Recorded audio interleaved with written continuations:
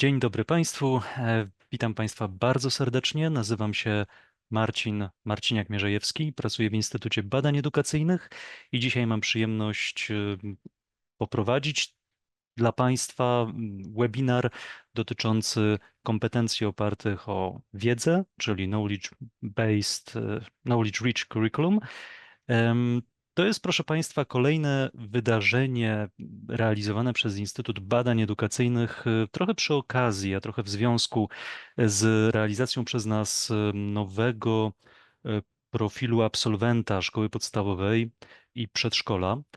W ramach tych prac już od przed wakacji realizujemy szereg webinarów poświęconych różnym aspektom edukacji. Dzisiaj przed nami chyba największe w sensie i zgromadzonych widzów, a także zakresu geograficznego, a raczej rozmieszczenia geograficznego naszych dzisiejszych panelistów wydarzenie. Są z nami wspaniali dzisiaj mówcy. Nuno Krato z Portugalii, Tim Oates z Wielkiej Brytanii i Daniel Willingham ze Stanów Zjednoczonych. Pozwólcie Państwo, że króciutko ich przedstawię, bo myślę, że warto. Pan Nuno Krato jest prezesem inicjatywa EducaSAO i profesorem statystyki na Uniwersytecie Lizbońskim. Należy do Rady Naukowej do spraw edukacji we Francji. Jest też członkiem szeregu innych organizacji naukowych i edukacyjnych. Pełni funkcję konsultanta w sprawach edukacji dla rządów różnych krajów europejskich i pozaeuropejskich. Jest pisarzem, eseistą, autorem m.in. Improving a Country's Education, PISA 2018 Results in 10 Countries, wydanym w 2021 roku.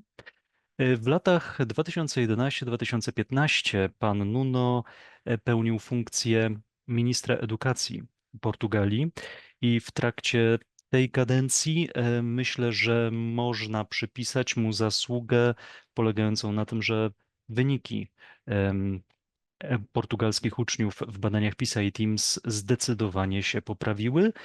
Pan Nuno dzielił się z nami swoimi doświadczeniami z pracy na stanowisku ministra edukacji Portugalii i z doświadczeń związanych z reformowaniem edukacji w tym kraju podczas jednego z naszych wcześniejszych webinarów, które znajdziecie Państwo na YouTubie Instytutu Badań Edukacyjnych.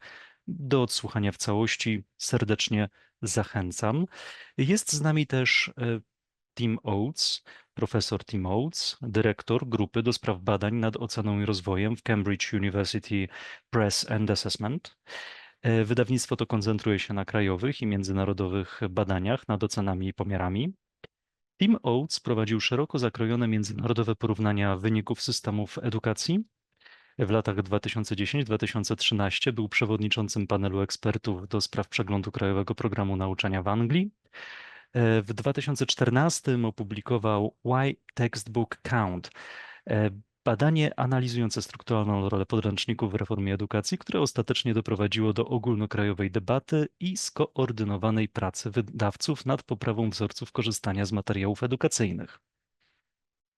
Jego publikacja Cambridge Approach to Improving Education zostało wykorzystane w rozwoju polityki poprawy edukacji w wielu krajach.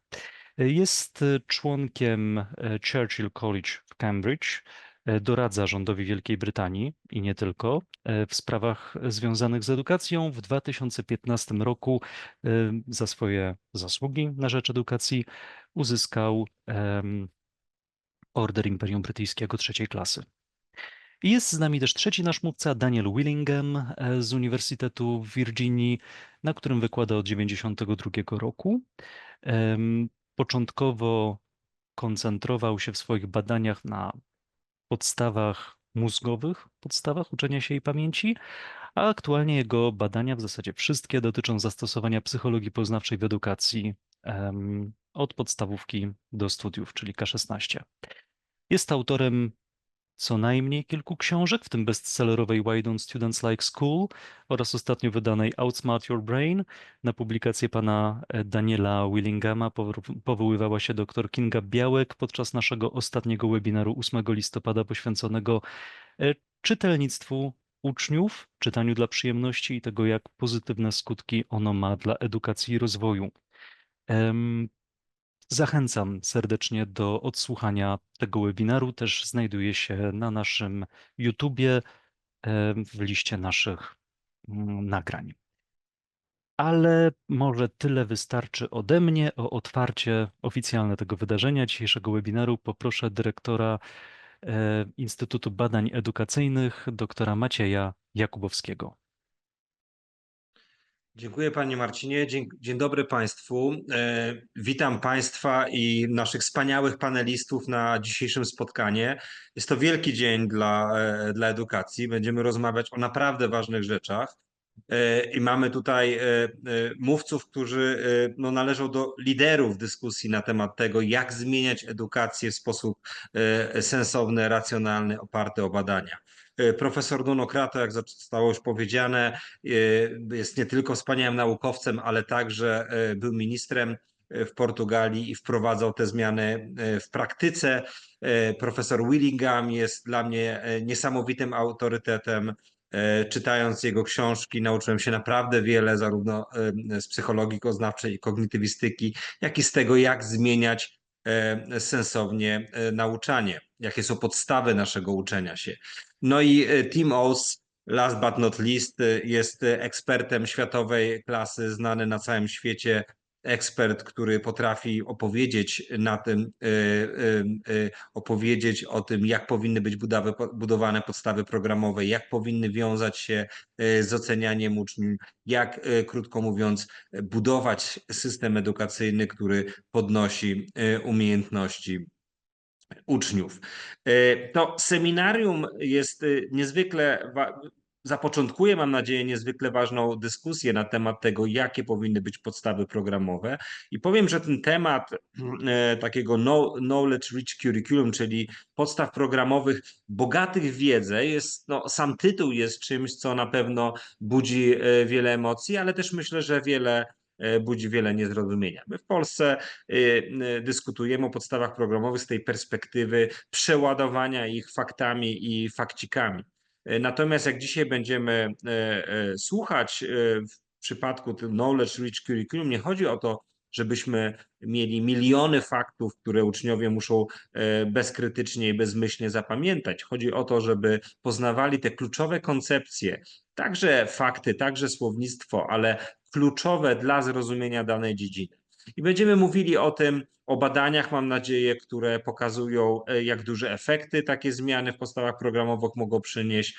Będziemy też mówić o tym, jakie są podstawy krytycznego myślenia, jak wiąże się to właśnie z wiedzą w danej dziedzinie. No mam nadzieję, że ta dyskusja przyczyni się do tego, że racjonalnie będziemy rozmawiać o roli wiedzy w podstawach programowych i jak zmieniać polskie podstawy w sposób sensowny.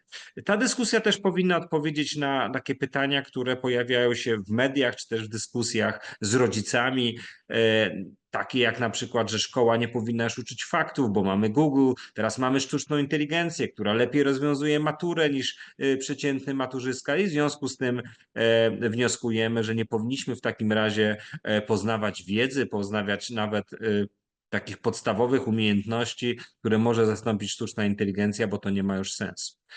Myślę, że dzisiejsza dyskusja pokaże, że te popularne dosyć poglądy są najczęściej błędne. To znaczy my na przykład bez wiedzy w danej dziedzinie nie jesteśmy w stanie korzystać sensownie ze sztucznej inteligencji, bo nie jesteśmy chociażby w stanie sensownie zadać pytania, na które sztuczna inteligencja nam może odpowiedzieć, czy też tym bardziej nie jesteśmy w stanie ocenić jej odpowiedzi. Więc bez wiedzy w danej dziedzinie jesteśmy trochę jak we mgle. Więc mam nadzieję, że ta dyskusja pozwoli nam też odeprzeć tego rodzaju pomysły, zracjonalizować rozmowę o podstawach programowych i wesprzeć nasze prace nad lepszymi podstawami programowymi, w których nie ma przeładowania niepotrzebnymi faktami, ale które jednak kładą duży nacisk na to, żeby te najważniejsze koncepcje, najważniejsze słownictwo, najważniejsze schematy myślenia w danej dziedzinie uczniowie poznawali i poznawali efektywniej. Nie chcę już dalej, proszę Państwa, przeciągać, bo jestem sam strasznie ciekawy prezentacji, które zaraz będą. Mam nadzieję, że Państwo też będą zaciekawieni tą dyskusją i że to dopiero początek. Zapraszam do seminarium i przekazuję głos profesorowi Nuno Crato. Dziękujemy panie dyrektorze. Jeszcze tylko zanim Nuno zaprosimy do wygłoszenia prezentacji, to dwie techniczne informacje. Przede wszystkim wszystkie prezentacje dzisiaj będą w języku angielskim. Jeżeli państwo macie chęć lub potrzebę skorzystać z tłumaczenia na język polski, to jest możliwe po przełączeniu się na kanał polski na dole strony, na dole okna, tłumaczenie ustne. Wybieramy kanał polski. And for all of you who are listening to us and would like to hear the presentations in English, we invite you to switch to English channel using the globe icon on the bottom of the screen on the Zoom window. And please hear the presentations in English, and also you will be able to hear everything that is said in Polish, also interpreted into English as well. So now, without further ado, Nuno Crato from Portugal, please share with us those information that you are holding about curriculum and knowledge. The floor is yours. Thank you very much, Martin, and thank you very much to Maciej Jakubowski for the invitation. It's really a great pleasure to be here with you and to be with such distinguished speakers as Daniel and Tim sharing this discussion in the webinar. I'm going to start by being a little bit indisciplined and ask you that if you could turn on your screens, your cameras, I would at least feel that I'm talking to someone and not having just everything closed here. And this is something that in class I usually tell students, please open your your screens, turn on your cameras so that we can have a feeling of being together. Of course, I would love to be with you, Marcin, and Maciej, and all of you in person, but I know this is difficult and it's very efficient way to do it. So sorry about my starting wrongly, but it helps me a lot to see some human faces and not only my screen. So I'm going to share my presentation. And my presentation goes directly, I hope, to the point about competence-based or knowledge-based curricula. Let me see if I can do it right, if I'm competent or if I have the knowledge to do it right. So I'm going to share this, share, and now, just a second. So if I'm right, you are seeing just one slide, correct? Yes, we are. That's very good. Thank you very much. So this is some experience about the knowledge-based curriculum. So essentially, I'm going to start by directly discussing this point. Should we have a knowledge-based or a competence-based curriculum? And then I'll give some examples about what happened in Portugal, which I think it's a great example what should be done and what should not be done. And there are other countries in the world, but this one I know better for some reason that you can guess, of course. So I'm going to start with something that it's very discussed in South Europe, and this is the flat tire metaphor. This metaphor, I don't know, probably Dan and Tim have not heard of this, but people in Portugal, in Spain, in France, have heard this a lot. And the idea is the following. People say, what is the usage of, what does it to me to be able to describe how to change a flat tire if I'm not going to be able to do it in practice? So I need competence. This is the idea, is that to know how to change a flat tire theoretically is not enough. Okay, so this is the idea. And now we have many questions. What does it mean to be able to describe the process and not being able to do it? Or should we do the process without knowing how to do it? And so this has been a metaphor to discuss the competence-based against the knowledge-based curriculum. Now, we have to understand that competence have an old history. It starts maybe with the Greeks, as everything in the world, but maybe we can trace the origin of this very clearly to Herbert Spencer, a philosopher, British philosopher of the 19th century, whom, if you read him, you will see lots of things that some people today defend, like what's important is the application of knowledge. Knowledge by itself is not important. What is important about the application of knowledge is useful things, so you should never learn things that are not directly useful, and so on. So this is his idea in the 19th century. He was very influential, and he influenced Dewey and many others that along these same lines. However, people don't like to recognize their trace to Herbert Spencer, because Herbert Spencer was not a very nice man in terms of eugenics. He would defend, he was a racist and many things like that. So people don't like to say that they have been influenced by Herbert Spencer.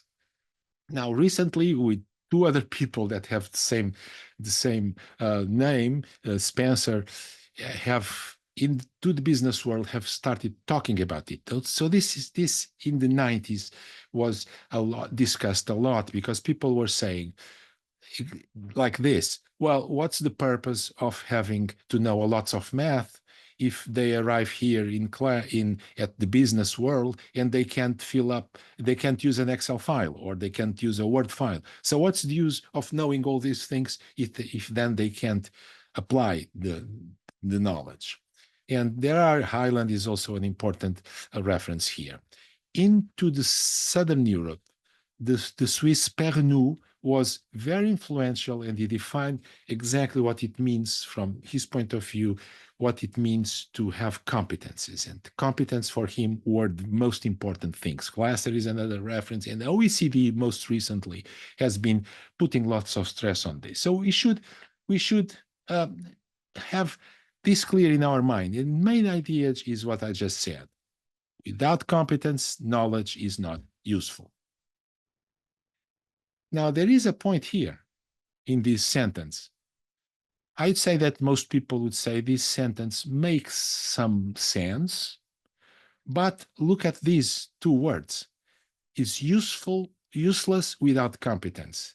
Therefore, these two, useless and therefore, these two are key words, because we like knowledge that's not useful. We like to know about galaxies, faraway galaxies. We like to know about Greek myths.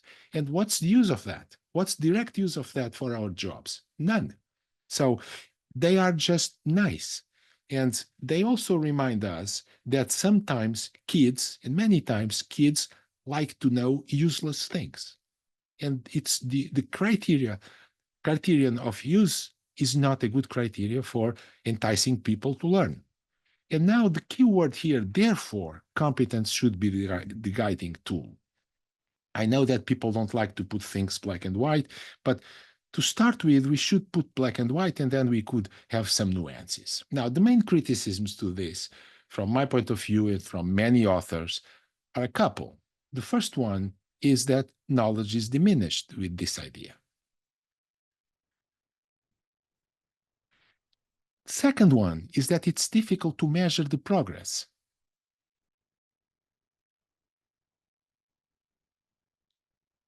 The third criticism is that we like useless knowledge, and learning can make sense even when it's not necessary in immediate terms. Now, let's say some good things about this, like Churchill said in the House of Commons: if Hitler invaded hell, I'd find some good words to say for this, the old guy. The old guy means Satan, the hell. So let's say there are some good things here at the same time. And the first thing is that when we discuss competencies, well, it should nudge us to pay attention to examples and applications, which is a good thing. So purely abstract knowledge without examples and applications, or pure abstract knowledge, should be complemented with examples and applications, of course, and many times things start from examples and applications. And now we should try to avoid senseless memorization. So we should avoid rote learning. Of course, although there are some things that have to be completely memorized, I'm not going to think why I call right to the right and left to the left. I just memorized it. It's so ingrained in myself, and it's good to be ingrained. But to avoid in general rote learning alone or only is a good idea. We should think about how to think about things. And then in some areas, it's very important to have the application knowledge. Let's say if you are a mechanic and if you are in the garage repairing bicycles, of course, you have to be able to change the flat tire. That's the most important thing. Maybe you don't need to know how to measure what's the pressure, the properties of the gases. You don't need to know much about it, and you may need to know exactly what to do. Now, one point which is very difficult to discuss is that in reality, no one knows what we are talking about when we talk about competencies. And some people say that competencies are everything. For instance, OECD in 2005.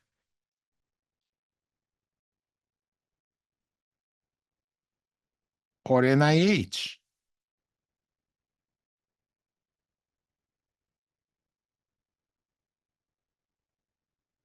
So this is like, I give up.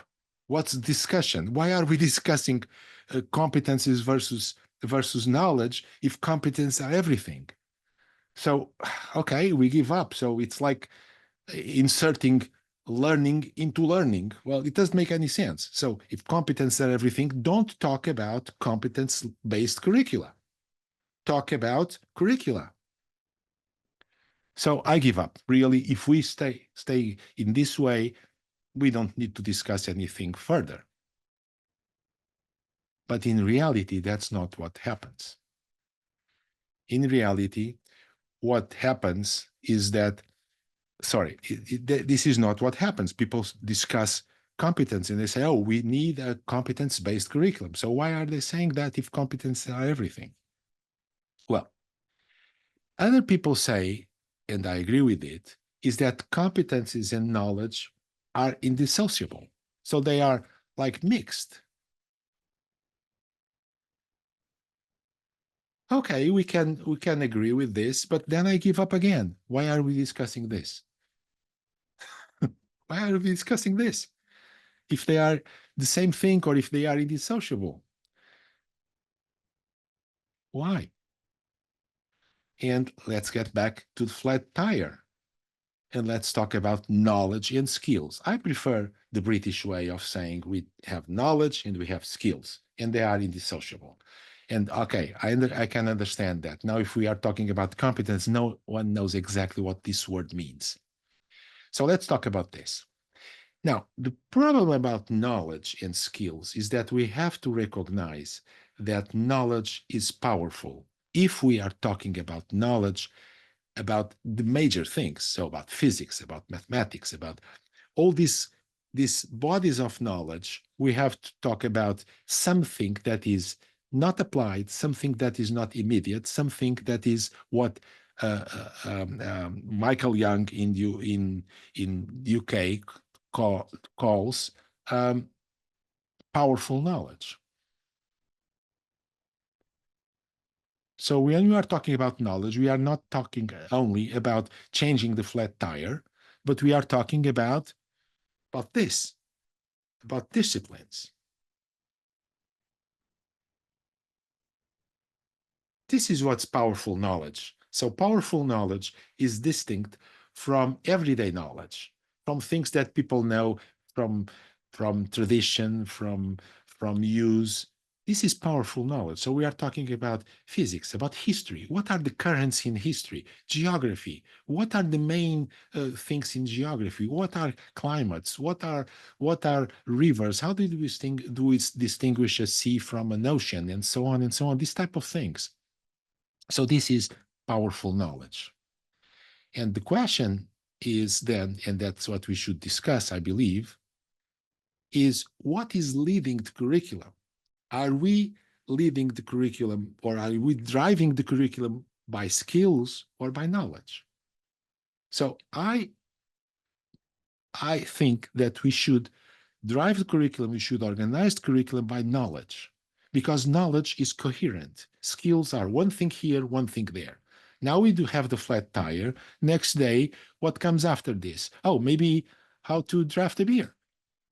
Well, and then we have, these are the competencies in terms of applied knowledge, applied things.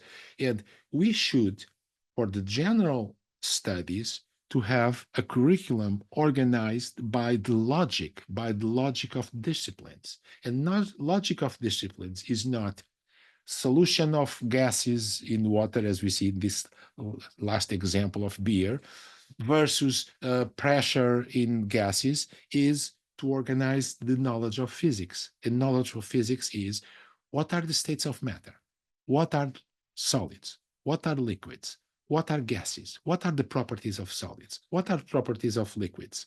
What are the properties of gases? What's compressibility of gases? What's pouring a liquid? What's viscosity? All these type of things are an organization of our brains to understand a major thing. And this major thing is physics, or it's history, or it's literature.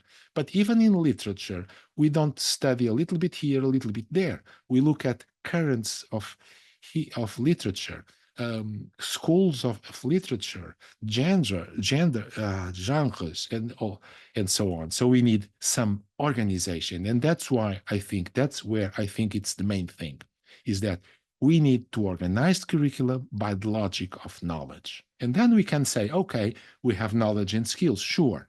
Or we have knowledge and competence, if you prefer to call like that, sure.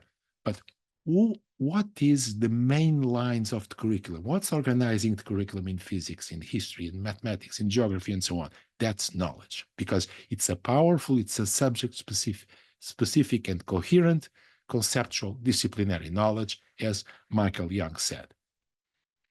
I always like to quote Ausubel, because people read Ausubel in strange ways.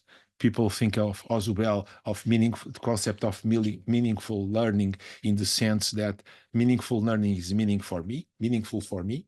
No, meaningful learning from Ausubel is not that. So, and Ausubel says very clearly that the way to teach large bodies of subject matter, so we are again talking about powerful knowledge, the way to teach those is by reception learning. That means we have teachers organizing learning.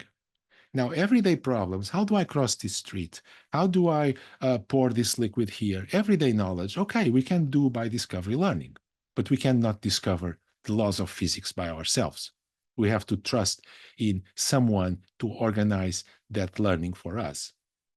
He's very clear, really very clear about this.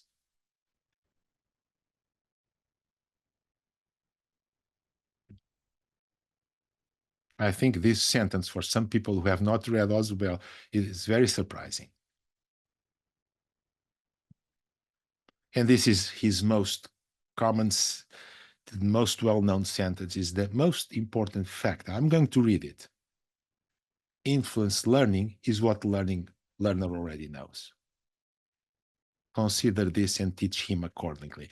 This is the actual quotation. We wouldn't say him this today. We would say him or her. We'd say some other way. But this is the way he wrote. Now, this is the key thing. And the key thing, I'm sure that Daniel is going to talk about it, is that knowledge builds upon knowledge. We need background knowledge to progress in knowledge. And so that's why the concept of powerful knowledge is so important. And that's why the logic of knowledge in the curriculum is so important. We have lots of beliefs, and I'm sure that Tim and Daniel are going to talk about this, like some belief that people only learn what they build. Is that really like that? Maybe not. Maybe we learn with our active mental process. Discovery process is more efficient. It's not true. It's not true. First, because it's almost impossible. And then it's not efficient at all. Let's say it's possible theoretically to have discovery learning guided by the teacher, but it's so inefficient. We can only learn from challenges. This is not true.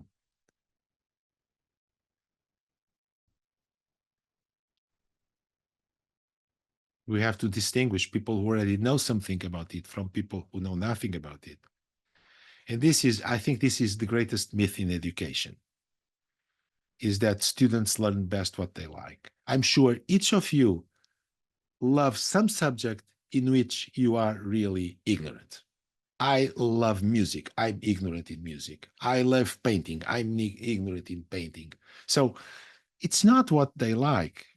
We don't learn best what they like. Of course, I'm not saying that we should dislike things. We should entice students to like what they are learning. Of course, we should try to make teaching a pleasure, but that doesn't mean that this comes directly. Oh, if you like, you learn. And sometimes it's exactly the opposite. People like when they are good at it.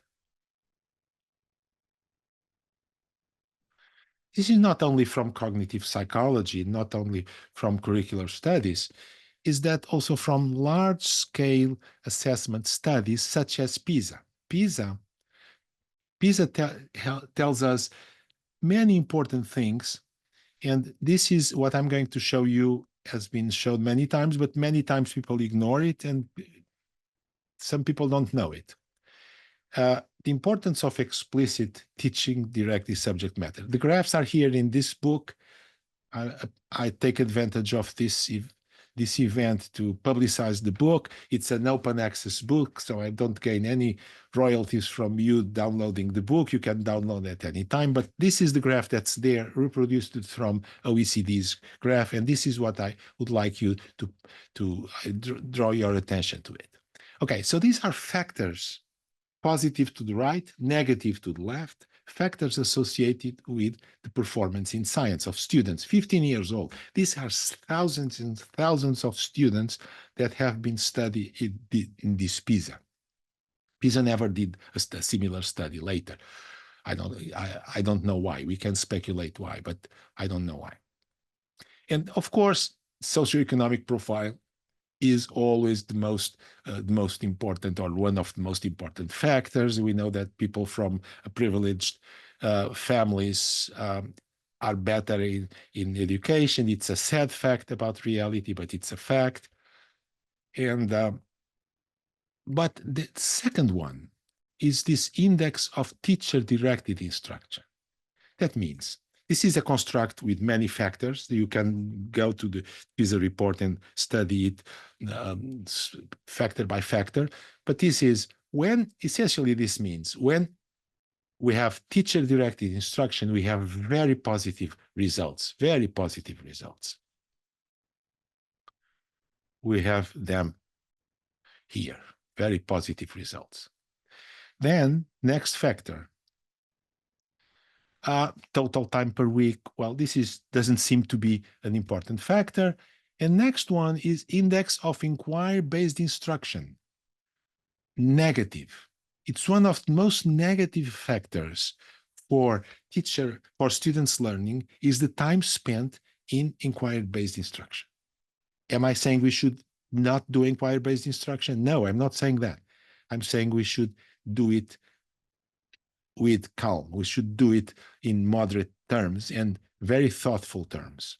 And then we have, of course, students have repeated a grade. Okay, so we have these negative factors. But what's important here is that if we consider these two factors, teacher-directed and inquiry-based instruction, statistics from PISA show us that to have teacher-directed instruction is much more efficient than to have inquiry-based instruction.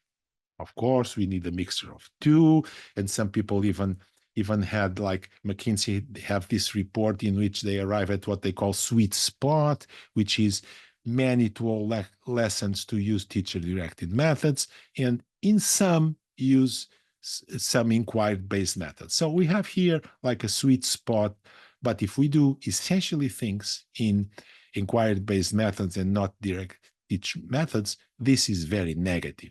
So this is what they call sweet spot. I usually don't like this type of things of a little bit here, a little bit there, because we should understand what's a little bit here and what's a little bit there. Is not just in a very pragmatic, eclectic way. And what I believe, again, Daniel, I'm sorry I'm putting all these suggestions on what you are going to say, but I believe you may be talking about this, is that unconnected activities lead to superficial knowledge. And if we do a little bit experiment here, a little experiment there, this leads to superficial knowledge. Maybe you will contradict me, Daniel. That would be fine. That would be great. But we always learn a lot from you. But the question is that many people put in opposition structured knowledge and active methodologies. And this is not a right way to put things. Active should be in the brain. So structured knowledge, if it's active, can use active methodologies. And we have to discuss here, when we are putting this kind of mix, novices from experts. And novices need some coaching. And then after a while, they can have some challenges. So this is, I think this is one of the most important things, is that we should do both, but not do both just one day we do one and the other day we do another one. Is that we should be very careful in preparing students for challenges. Oh, PISA also tells us a couple of other things. So again, I'm going to browse through this, and I'd suggest that you download the book if you want. This is free, open access. So this will be recorded, so you don't have to take a picture. You can download it anytime. There are many good contributors here in this book, particularly Tim Oates, who contributed to this book. And what happens after the pandemic? It's even another book, so you can download. This is out. This is hot from the press. This is hot from the press. So this was released, about 4 weeks ago, I believe.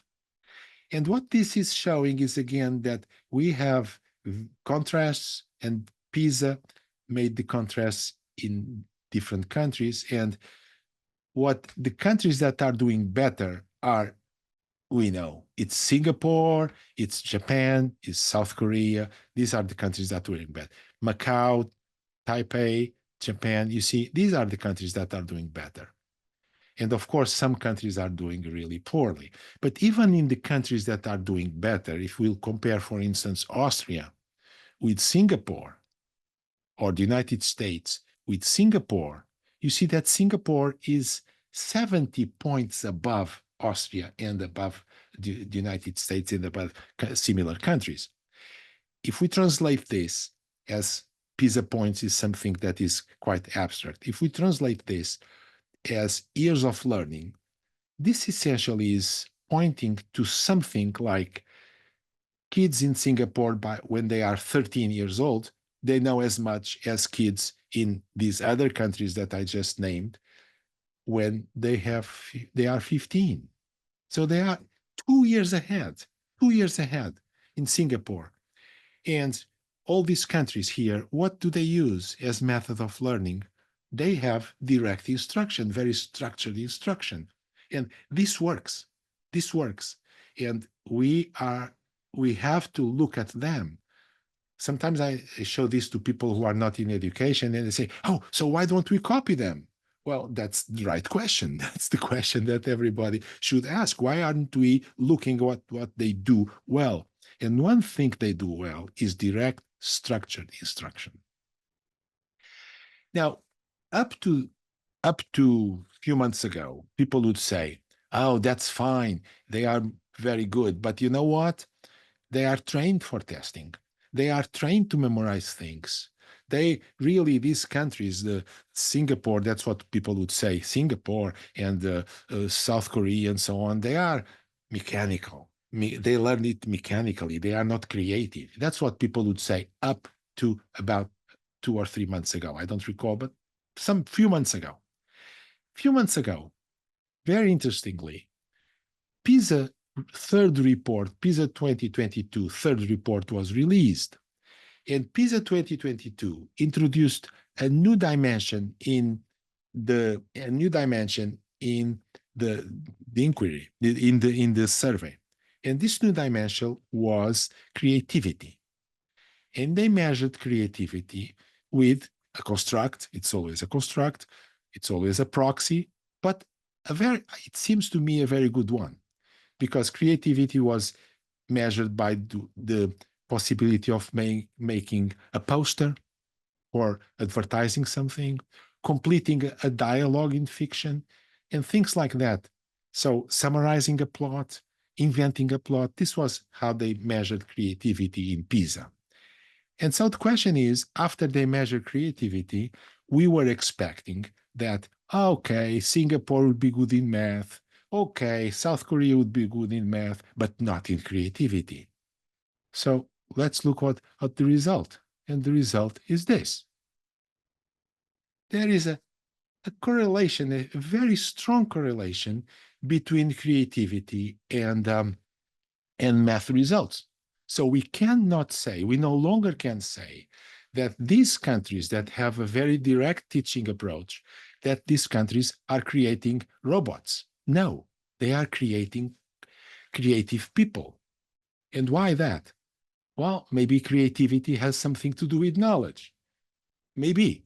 Well, I'm convinced it does. Maybe with some specific knowledge. Maybe we can, of course, there are deviations from it. There are countries that are a little bit below, a little bit above. There are deviations from it. But we can no longer say that teaching and hard teaching and the demanding teaching and the structured teaching would kill creativity. That's what we no longer can say. We can say that they are correlated. Oh, I'm sorry, this is in Portuguese. No, this is an article that we wrote for Iniciativa Educação, and I think this has a great title. The title essentially says, to think outside of the box, we need to have a box. And sometimes people say, oh, think outside of the box. Oh, okay, come on. How can I think outside of the box? I need a box. I need something in my box to be able to think about it. Oh, this article can be retrieved here, but you just look at PISA results and you understand it immediately. So now, finally, let's go to my country and let's say why I say that we have here an example of something that works and an example of something that doesn't work. To give you a little bit of history of the country, we had a PISA shock, as many countries had, in around 2000. In the year 2000, first we had teams, then we had PISA, and we had a shock about this the year 2000, and we start thinking about what to do, and our country changed, and our country turned more focused on knowledge and more focused on assessment. Essentially, what we did is, I'm going to talk about 5 things. Demanding curriculum, of course, centered, so knowledge-based curriculum, knowledge at the base, assessment, frequent assessment, so we know where we are going, treating evaluation not just as a way of knowing, but as an incentive to become better. And the third pillar is, in parallel, a program to fight failure. So some temporary grouping, some special hours, some way of helping kids who are lagging behind to recover, with the idea that everybody can attain a reasonable level, not that some people are condemned to stay behind, very much behind. Of course, we have 2 other pillars: school autonomy and alternate paths, so vocational path, but I'm not going to talk much about these because our subject is demanding curriculum, structured curriculum based on powerful knowledge. And then what goes with it is assessment and a program to fight failure, this third pillar, I think it's very important, and it started being recognized as very important, let's say, by the turn of this century or even later, because up to, say, 2005, 2010, I discussed this many times with people from different countries, ministers from different countries, and they were saying, oh, if we are too demanding, then the poor students suffer. Oh, and if we are not demanding enough, then the more advanced students don't the more suffer. So how are we going to do this? This was a dilemma, and now I don't believe it's still a dilemma. We need to be rigorous, to have ambition in our curriculum, and at the same time have a program for those who are lagging behind, so that they don't lag behind. I have here a graph with what happens in our country, but I have here better graphs. So this is what happened in our country in PISA, and you see PISA, we went up in reading, in math, in science, up to 2015. And what happened next? Look, this is before the pandemic. And this here is not, this is before the pandemic. So what happened in 2018? What happened? What happened is that we changed course. What happened is that we departed from a knowledge-based curriculum to a competence-based curriculum. And this was very unfortunate. And the results were immediate. The results were immediate. The moment we departed from a knowledge-based curriculum to a competence-based curriculum, this is what happened. We can see the same in teams, but teams is even more interesting, because teams we have here. Teams is for fourth graders, well, also for eighth graders, but I'm talking about fourth graders here, because this is kind of what sociologists and economists call a natural experiment. Students that entered school in 2011 were evaluated 4 years later, fourth grade, in 2015. And from 2011 to 2015, with a very clear, very strict, knowledge-based, very organized program, they improved. After 2015, they had this competence-based, non-clear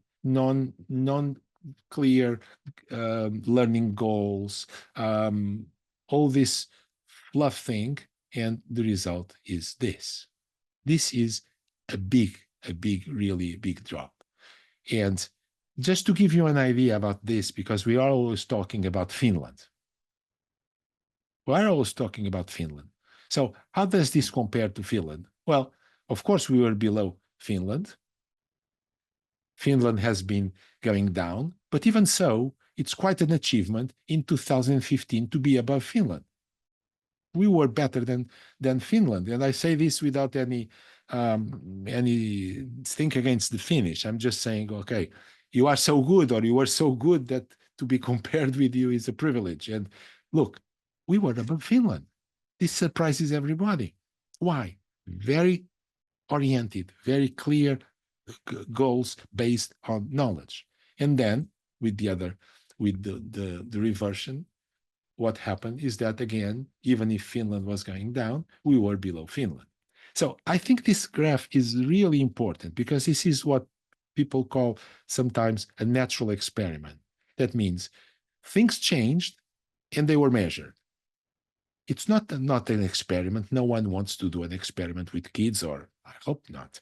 So an experiment this way, a national experiment. No, we had knowledge-based curriculum, we improved. Competence-based curriculum, we decreased. And now people can say, oh, yeah, but what about poor kids? Yes, that's very important, a very important question. What happened with poor kids? Look at low performers. So we want to have as low performance as possible. We want to have a share of low performance would be 5%, would be ideal, or 4%. And we reduced the share of low performers from 2011, 2015. And when we switched to a curriculum that was purportedly geared towards the poor, purportedly geared towards those that were not able to achieve. So competence-based, so more enticing. Look, the share of low performers increased a lot. This is very sad. This is very sad. So these are lessons to take from our experience.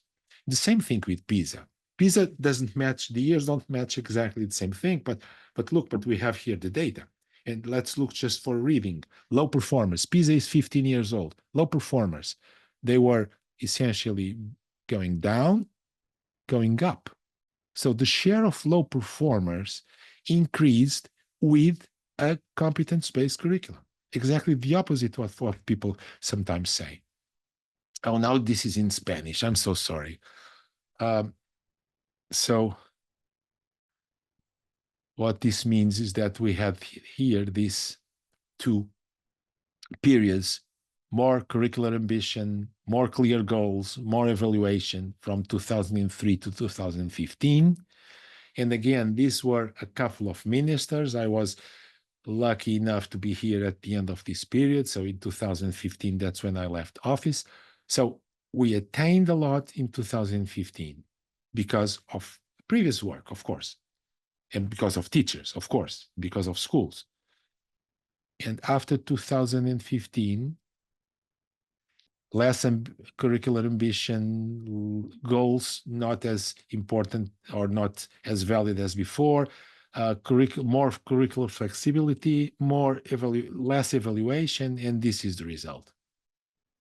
So I think these lessons should be learned by us because they are important. We should avoid repeating mistakes. I think this is one of the things that distinguish man from other animals, is that we should learn to avoid repeating mistakes. If you want to follow me on Twitter, these are my references.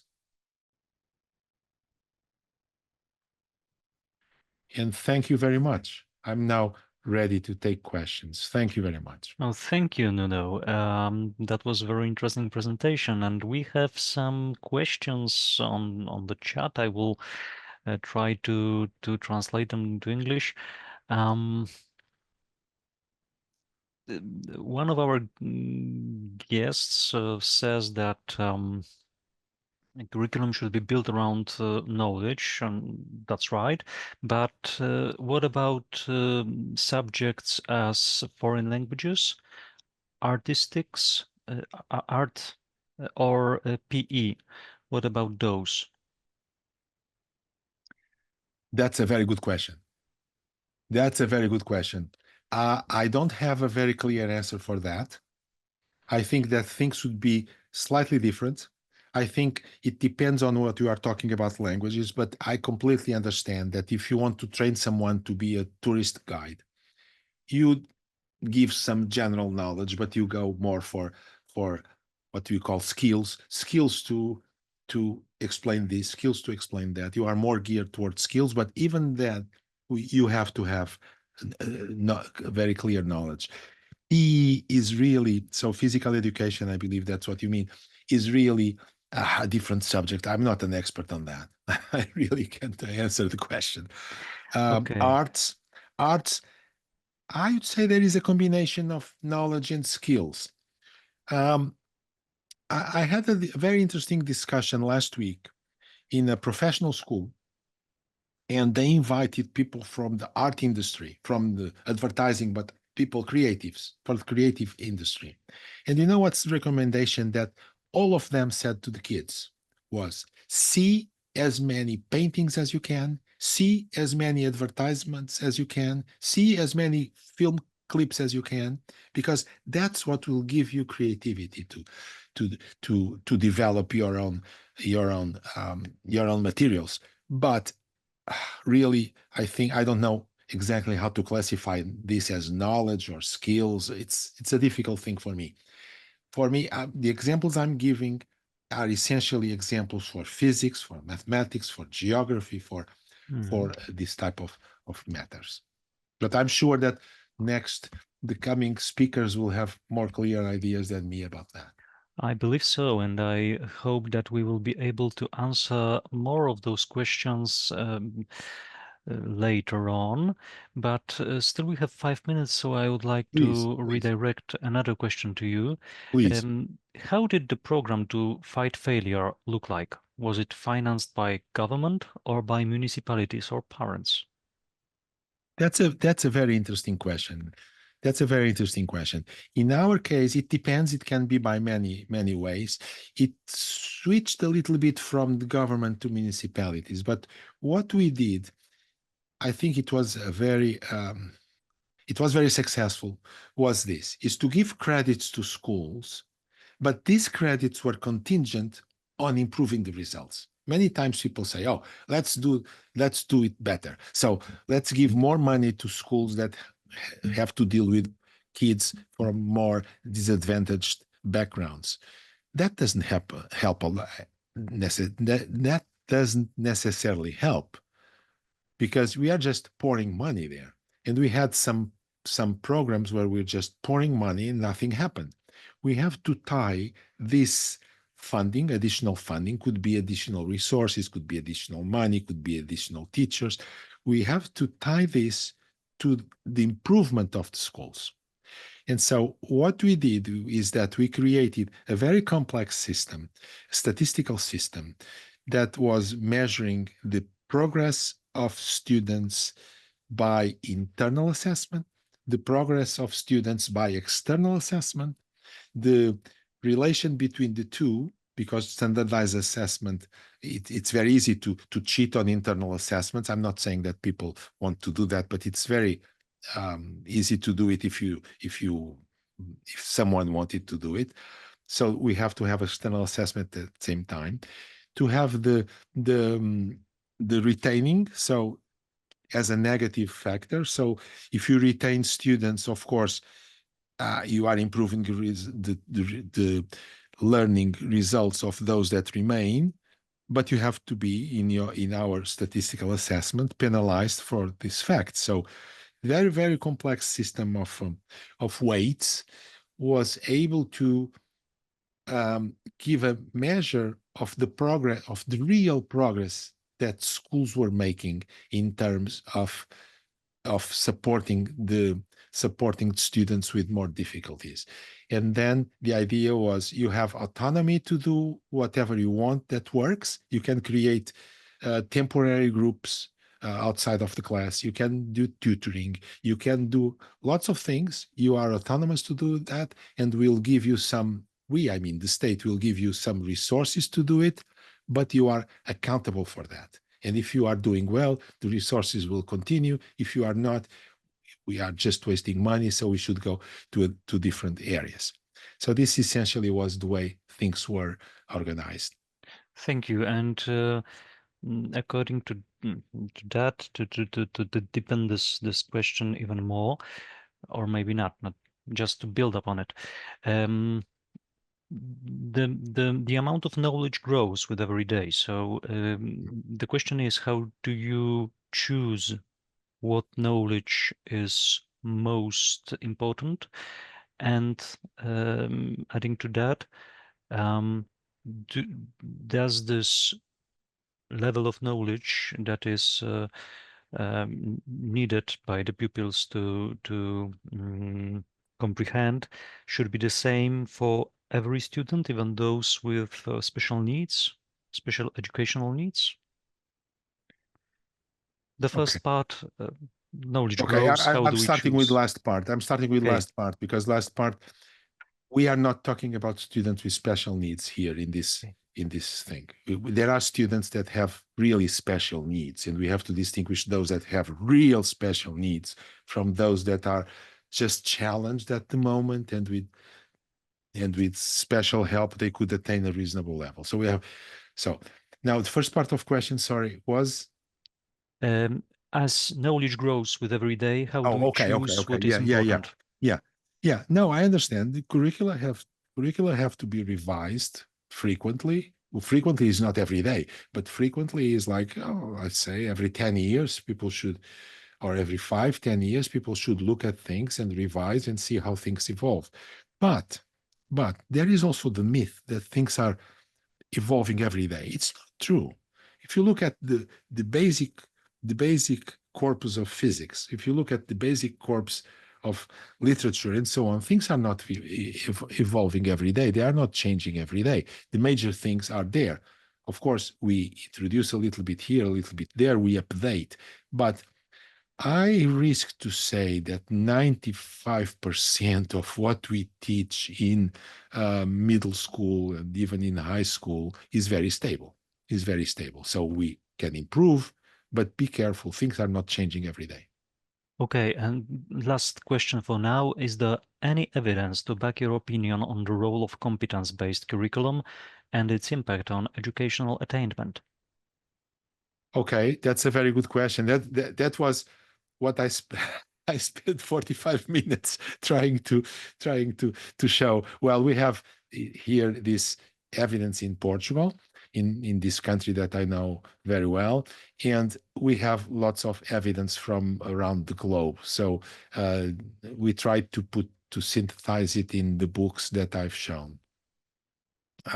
I think if we go into more detail, it's really a lot. So basically, from cognitive sciences, things built upon one on top of the others, and so we need basic knowledge, and this has a structure, and that structure is what allows people to learn, really, to learn deeply, to have deep learning and to be active in learning. And then we have this statistical evidence from PISA and from my country. Okay, thank you. Thank you. I would like to maybe redirect some of those questions up to the end of our meeting, if you would Sure. be so kind, Sure. Because now I would like to give floor to Mr. Daniel Willingham.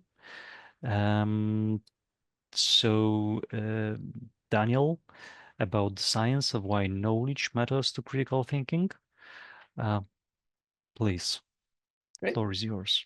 Thank you so much. And thanks to everyone for giving me some of your time today. So Nuno had lots of fun ideas about things that I might address. I'm going to talk about a few of them, but I'm really going to focus on the relationship of knowledge to critical thinking. So here's the outline of my remarks for the next 45 minutes. I'll spend a little bit of time talking about sort of giving an overview of what I will argue is the nature of critical thinking. I will offer some examples of specific ways that knowledge contributes to one aspect of critical thinking, namely reading comprehension. And then I'll take up two different ways that critical thinking is taught in schools, and I'll discuss how knowledge contributes to each of those two different ways. And then I'll close with some sort of overarching remarks about why I think the results from cognitive psychology that I'll be presenting matter to education. So let's start here with the nature of critical thinking. And as I think Nuno mentioned, I think this is frequently, so this is a poster that teachers are encouraged to hang in their classrooms to have kids, spark kids' critical thinking skills. And you see analysis, communication, creativity, open-mindedness, and problem solving. And these are often described in educational contexts as though they are independent of knowledge. In other words, once you learn to become a good problem solver, or once you learn how to analyze, you know how to analyze or problem solve about a broad array of topics, and that the knowledge that you gain in problem solving is not specific to content knowledge. Now, if you reflect on this for a moment, you realize that very broad claim can't possibly be right. Because when we think about analysis or problem solving, it looks different in science, in history, in math, and literature, and civics, and so on. The way that you think critically about a science experiment is just not the same as the way you think critically about a poem. So at the very least, we need to think about critical thinking as being domain specific, as being specific to subjects. Now, sometimes when you pick up a book on critical thinking, or you look at the curriculum of a course that is meant to teach children to think critically, the centerpiece is logic. And you understand why that might be the case, because logic does indeed seem to be domain free. So if we take a classic syllogism, if you're human, you're mortal. Socrates is a human, therefore Socrates is mortal. That should be free of all content. It applies equally well here. If you're a Blanc, you're also a Cronk. Nufu is a Blanc, therefore Nufu is a Cronk. Now, I don't know what I just said, but it doesn't matter. I can be confident that my conclusion is correct because the form is correct. If P is true, then Q is true. P is true, therefore Q must be true. The problem, though, is that this sort of domain-free logic is not the way humans naturally think. That's not necessarily a bad thing. It just means it's going to be harder for children to learn how to apply it. But in fact, this particular form of logic ends up not being terribly useful in daily life.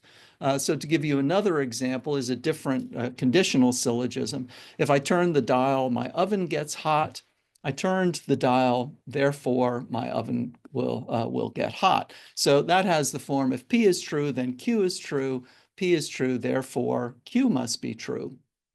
But now imagine that I'm sitting in my living room and my wife comes in and she says, the oven's not getting hot. Well, what my wife has told me is Q is false. And therefore I'm valid in drawing the conclusion that perhaps she didn't turn the dial. Well, if my wife comes in and says the oven's not getting hot, and I say, well, did you turn the dial? This is not going to be received as a logical deduction. This is going to be received with anger. And what this demonstrates is that even logic has background knowledge involved when we actually use it. So the background knowledge in this case is that when an oven doesn't get hot, failure to turn the dial is seldom the reason. There's another aspect of knowledge that's at play here, which is conventions of conversations. You wouldn't say the oven is not getting hot if it was because you hadn't turned the dial. Right, so I mentioned this to emphasize, even in what seems to be the most content-free domain, the way human thinking works, background knowledge ends up involved in our use of logic in everyday situations. So a better way of thinking about critical thinking is not that it is sort of free-floating and then we apply it to knowledge in different domains. Instead, it's better from a cognitive perspective to think of critical thinking as being intertwined with knowledge. All right, so that's a bit of an overview of the way that cognitive psychologists think about the nature of critical thinking. Let's take this into schools and examine the way that knowledge contributes to a school-based subject that we're all very concerned with, namely reading and reading comprehension. So there are two ways that I want to emphasize that knowledge ends up being very important to understanding what we read. One is that grammar can be ambiguous. So there are lots of examples I could give of this. I'll give a simple example of what's called anaphor resolution. So in this case, we have these two sentences. 2 cans of juice are in the car trunk. They are getting warm. So we perceive that the word they is ambiguous and needs to be resolved somehow. What does they refer to? In this case, it's straightforward because there's only one good candidate. We know that they refers to something plural. In the previous sentence, we have 2 cans of juice. That's the only plural item there. So they must refer to 2 cans of juice.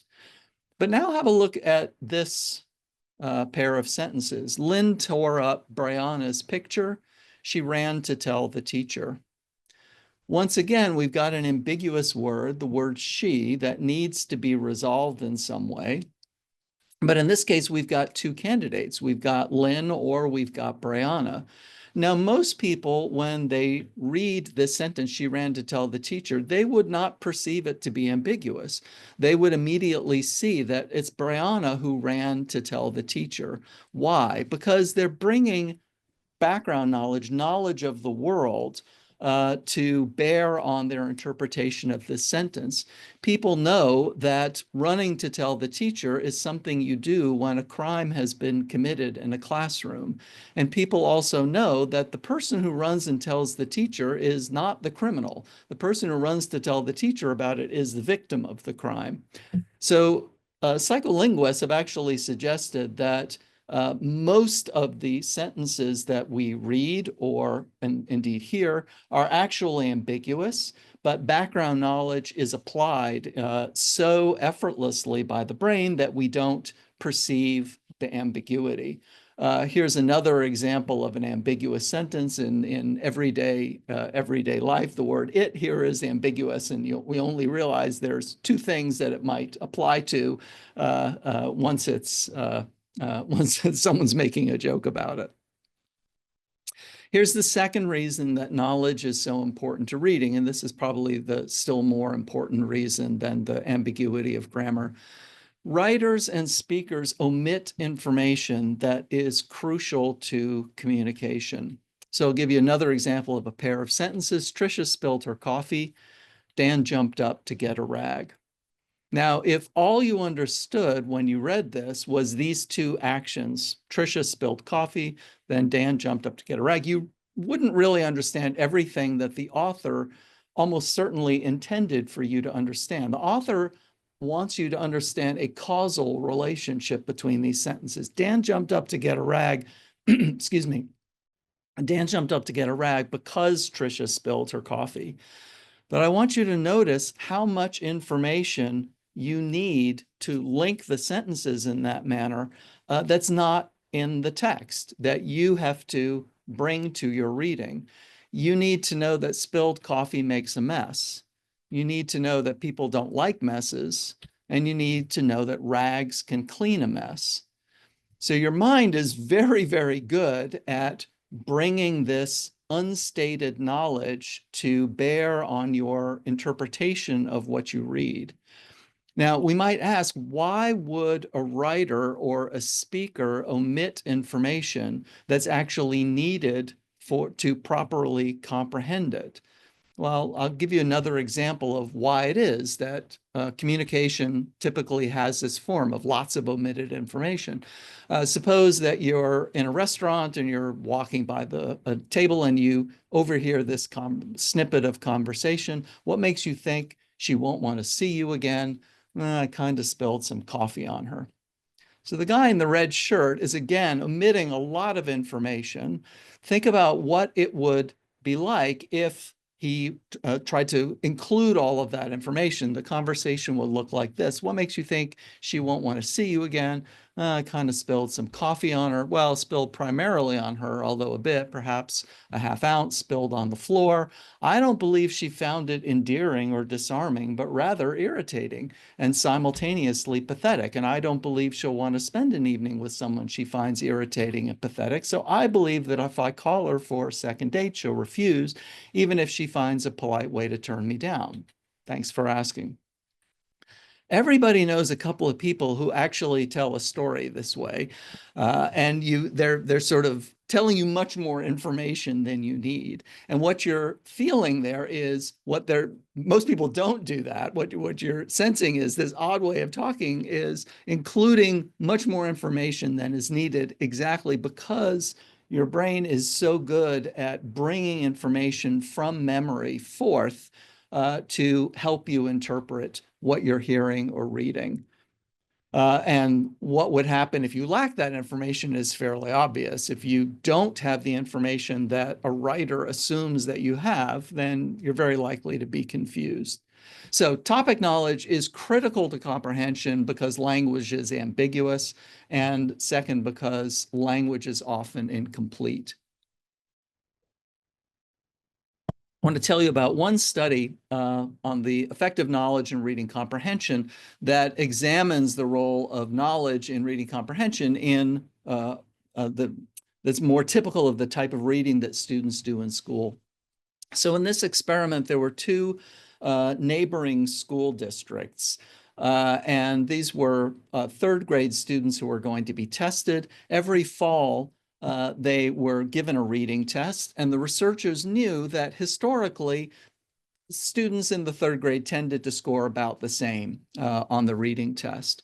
The researchers also knew that in one district, in science class, the students studied food chains, whereas in the other district, they hadn't studied food chains by fall of third grade. So the researchers wrote a reading comprehension passage about food chains, and then they wrote a reading comprehension test to go with the passage. And they administered it to the children after they, in the one district, they had the unit on food chains. And here's what the data looked like. So the lighter blue are questions that were could explicitly answered in the text. The dark blue are questions where you needed to make an inference. But the big difference you see there is between high knowledge and low knowledge students. So the children who already knew something about food chains found it much easier to comprehend the text that was about food chains. When you see data like this, it seems sort of painfully obvious. It's much easier to read something where you already know something about the topic than to try to read something about a topic you don't know anything about. And again, that's mostly because authors are omitting a certain amount of information that they figure their audience already knows. Okay, so that's a look at, again, just reading. I mean, we could have done this for science, we could have done this for history, any other topics, but that's a closer look at the specific way that knowledge contributes to reading comprehension. Let's move on and talk a little bit about teaching critical thinking. So there are two main ways that I want to cover. This is certainly not exhaustive, but in the brief time today, I want to talk about two different types of situations for critical thinking. One is where you can tell students, look, in this situation, when you're confronted with this type of problem, this is a good way to tackle the problem. And students are going to be able to commit that to memory and recognize, oh, I'm in that type of situation. And so my teacher told me, here's the way I'm supposed to think about it. So a good example of this is scientific reasoning. And we tell students, here's the way that you do science. In science, you develop a model, you derive hypotheses from the model, gather and interpret data, revise a model, and so on. And children know when they are engaged in science. And so they should know, like, this is what I'm supposed to do when I'm thinking scientifically. But what I want to emphasize is that actually using that knowledge very frequently depends on background knowledge, or sorry, rather than using that knowledge, I should say, rather using that skill, right? Analyzing the way that your teacher has told you often requires content knowledge. So one example is young children are taught, one of the first things children are frequently taught in science is that careful observation is very important to science.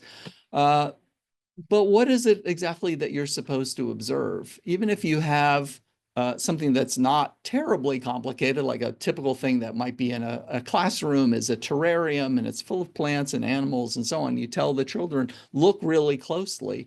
What you actually observe is usually going to be or should be informed by some background knowledge about what it is that's important to observe.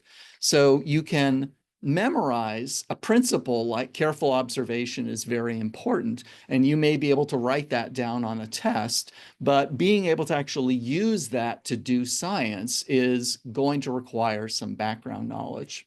Let me give you another example that would be a little bit more advanced. Suppose that you and I are going to design an experiment together, and we're interested in whether children can learn from audio versions of textbooks. So we figure we'll have children come into the laboratory, they'll listen to a chapter of a textbook, and then we'll give them a comprehension test. And then you have taken a course, maybe taught by me, on scientific method. And so you say, are we supposed to have a control group? I say, yes, you're absolutely right. If we're going to have an experiment, we need to have a control group. So we'll have half of the children listen to a chapter of the textbook and half of them will read a paper version of the textbook. And we do this the way all of the experimental design textbooks tell you to do it. We'll start with, say, 200 children, and we'll randomly assign them to the listen group or to the reading paper group. Now, suppose we do that, and what we find is the listening group is 70% boys and 30% girls, whereas the reading and paper group is 50-50. So my question to you is, do we have a problem? Now, normally I'm not going to ask, we could do a little poll, but I won't ask you to do that. Normally people are actually a little bit uncertain about this. And being a little uncertain is the right response, because the real question is, does gender matter to reading comprehension or to memory or anything else that's going to be examined in this experiment? The thing about gender is very obvious, and so it's easy to notice, but there are lots of other variables we could worry about. What we're worried about is our experiment, our two groups don't differ just in terms of listening versus reading. They also differ in terms of gender composition, and we're worried that might affect the results. Well, what about lots of other factors, lots of other ways that people could differ that might or might not affect the results? So maybe we should know whether the two groups differ in their ability to focus attention. Or maybe we should know whether the two groups differ in the proportion of left-handed or right-handed kids. Or maybe we should know whether the two groups differ in the composition of their signs of the zodiac. Or maybe we should know how much they knew about the topic of the reading that they were doing before the experiment started. That would probably be a really good thing to know. All right, so here's the message. When you tell children this abstract principle of experimental design, it includes this idea of a control group. And a control group is very easy to describe in a kind of a simple way. When you're actually getting ready to do science on a reading and memory test, you need to know the existing literature about reading comprehension and about memory, because you need to know whether or not your two groups are really balanced. And that means you're actually going to test people on things like, certainly, their knowledge of the topic, because you've already seen knowledge is a big contributor to reading comprehension. Okay, so again, the message here is it's relatively easy for children to learn. In this situation, I should use this thinking skill.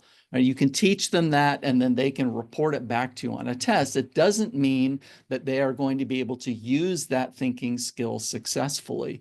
Deploying that thinking skill usually requires topic knowledge.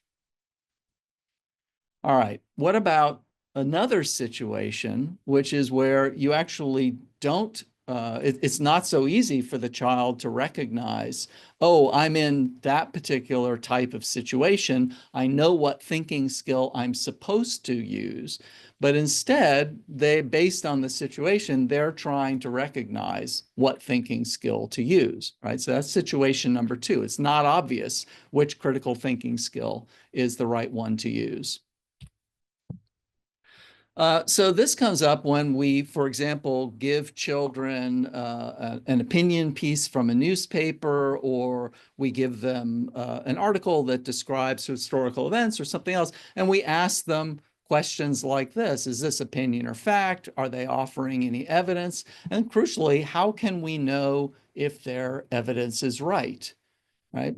The thing is, there are lots of different ways that the evidence that's offered could be wrong. This is just an example, right? So these are examples of what are statistical mistakes, and then inductive reasoning fallacies, right? Engaging in circular reasoning or affirming the consequent. That would actually be a deductive reasoning problem. Gambler's fallacy, and so on. Right? The tricky thing is that it's very difficult to recognize these mistakes. Again, they can be taught to students, but that doesn't mean they're going to recognize them in new contexts. And psychologists call this the difference between deep and shallow structure. So deep structure, what we're describing here when we talk about correlation is causation, this is deep structure. This is about the way entities have functional relationships with one another, but the entities could really be anything. There's lots of variety. We're very used to seeing this in mathematics. So this is my daughter, Sarah. This was taken when she was about 10 years old, and we were getting ready to drive to Florida from our home in Virginia. And Sarah asked me, how long is it going to take? And so I said, well, it's about 600 miles. And she said, okay, and how long is it going to take? And I said, well, how fast do I usually go on the highway? And she said, I don't know, 65 or 70. I said, that's right. And she looked at me and I looked at her and she said, well, how long is it going to take? So I knew, I mean, this is, of course, we're all adults here and we all recognize this is what I was getting at. Distance equals rate times time. Now, I know for a fact that Sarah is familiar with distance rate time relationships because my wife, her mother, was her teacher, and I know that she had covered that in mathematics. So she knew it, but she didn't recognize it outside of the context of the classroom. So this is what we mean by the difference between surface and deep versus shallow structure. The shallow structure of the problem is Virginia, Florida, and so on. The deep structure of the problem is distance, rate, and time. And again, every educator is familiar with this. This is a problem that we see everywhere, and that's what makes this sort of critical thinking so difficult. Correlation is not causation, affirming the consequent, all of these sorts of problems that we might expect students to spot when they're critically evaluating an essay. These are the kinds of things that this is deep structure, and it's really, really hard for them to see. Now, why is it that all of us recognize it, but Sarah did not, even though she was successfully working the problems?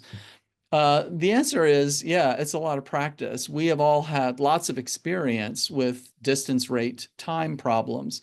And the basic formula for getting good at recognizing deep structure is seeing the same deep structure and lots of different surface structures.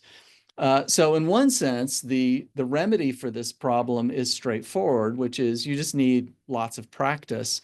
And practice, that's not so easy to do because this kind of practice is very boring and it's not motivating to students. And so you want to be quite selective about what it is that you're going to ask students to practice to that extent where they get very good at recognizing the deep structure of the problem. There's been a great deal of work in experimental psychology over the last 30 or 40 years. What can we do that would sort of hurry the process? Is there a particular type of practice we could ask children to engage in that would lead to recognition of deep structure, but wouldn't demand quite so much practice? And the answer is, I think we've made a little bit of progress. We have a few methods that help a little bit, but there is not a magic formula for this practice at all. Okay, finally, I want to address why I think all this matters. I want to draw some very broad conclusions about the importance of the relationship of critical thinking and teaching skills. I think that the strategies for teaching critical thinking skills are rooted in beliefs about the nature of critical thinking. I think often these beliefs about the nature of critical thinking they go unrecognized and undescribed. And so teaching practices seem perfectly natural because the people involved all have a shared belief about what it means to think critically and how critical thinking operates. More specifically, if you believe that knowledge and skills are separate, it's perfectly reasonable to try to teach skills on their own, right? There's no reason to, if you don't see them as intertwined with knowledge, then you provide instruction in the specific skills. And of course, as Nuno described, the thinking that frequently goes with this is the skill has to be in your head, but we have the internet for the knowledge. So you can always look things up, so knowledge is irrelevant. I'll just bring your attention back to the reading example that I gave earlier, specifically about the practicality of Googling everything. Think back to the Trisha spilled her coffee, Dan jumped up to get a rag. Suppose that you were a little confused by that and you recognize that those two sentences didn't really seem to hang together, and you knew the author must have put them together for a reason, but I don't know what it was. And so you turn to Google. And so you start Googling coffee. We've all had this experience where you get millions and millions of hits, and the relevant knowledge is probably in there somewhere, but it's very difficult to find. I emphasized before, your brain is very, very good in a way that Google is not at pulling up the right information for the context. While I'm on the subject, I'll give you another example. Suppose that I'll change the second sentence a little bit. Suppose that instead of Trisha spilled her coffee, Dan jumped up to get a rag, it were Trisha spilled her coffee, Dan jumped up to get her more. Right? Now you think about a different property of spilled coffee. You think about the fact that when you spill something, you have less of it. I'm pretty confident that when you read Trisha spilled her coffee, Dan jumped up to get a rag, you didn't think, oh, Dan's getting a rag because he's going to spill the coffee. And while he's up, he could get her some more coffee because she has less of it now. Right? Your brain brings up the knowledge of coffee that is specific to the context. Right? We could go further. We could say Trisha spilled her coffee, Dan jumped up howling in pain. Or Trisha spilled her coffee, Dan jumped up saying, that's the last time I put brandy in your coffee. Right? You have lots and lots of knowledge about coffee and spilling, and your brain is great at selecting just the knowledge that's needed given the context. And that's one thing that Google is still really struggling with. Okay, so this is back to the slides. If you believe knowledge and skills are separate, it's perfectly reasonable to try to teach skills on their own. It's also reasonable to conclude that the particular content that's used to teach skills doesn't matter much. Right? Because again, content's always available, but skills must be in the person's head. So in other words, you would completely pick the content to illustrate skills or have children practice skills that would, in your view, make sense to help children acquire the skills, but you wouldn't be worried about children acquiring any of the knowledge.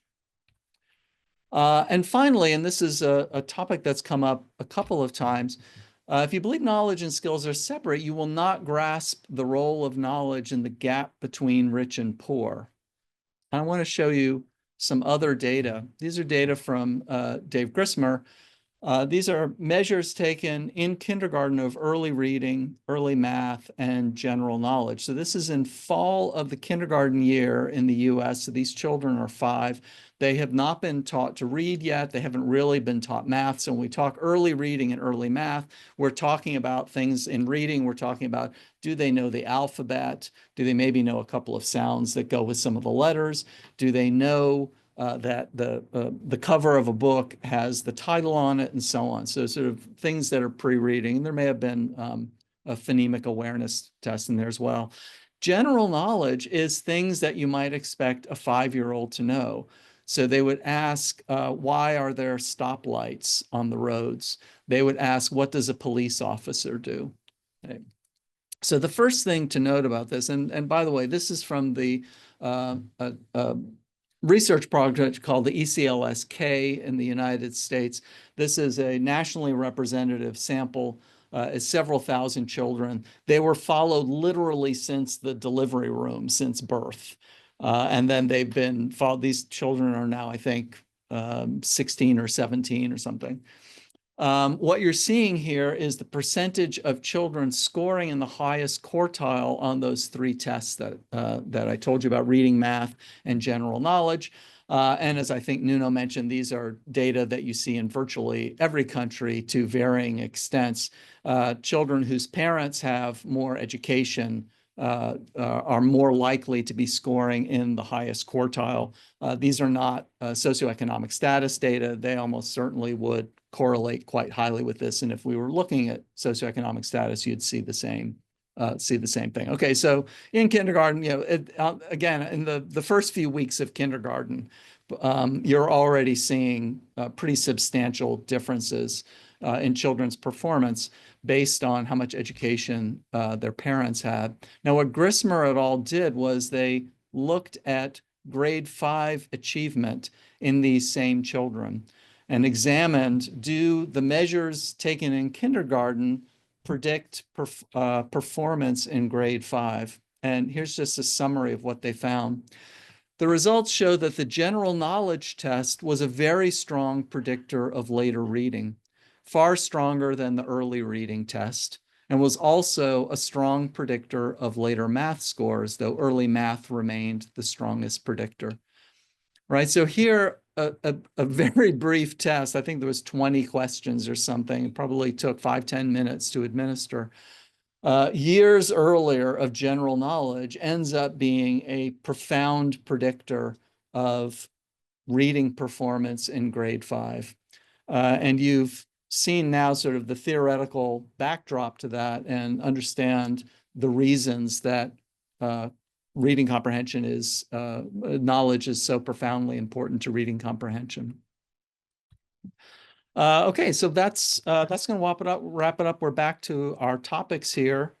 And here's some contact information. I'm always happy to continue this conversation on social media, or I'm happy also for people to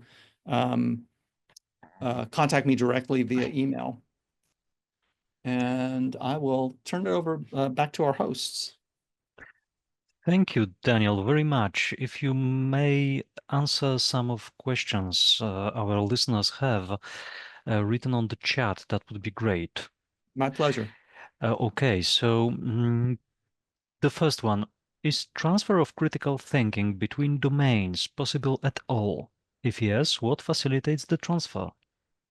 Yeah, I mean, I think there is some transfer, and we know that especially from efforts to train what people hoped would be very general transfer in schools by teaching children computer coding. And so that has been there's been a big push for that in the United States, in particular over the last few decades. And you do see some transfer, especially to mathematics, and actually children who go on to study logic. The usual interpretation is that the extent to which you're going to see transfer is very much proportional to the extent of overlap in the different fields. In other words, some principles of mathematics and coding simply overlap.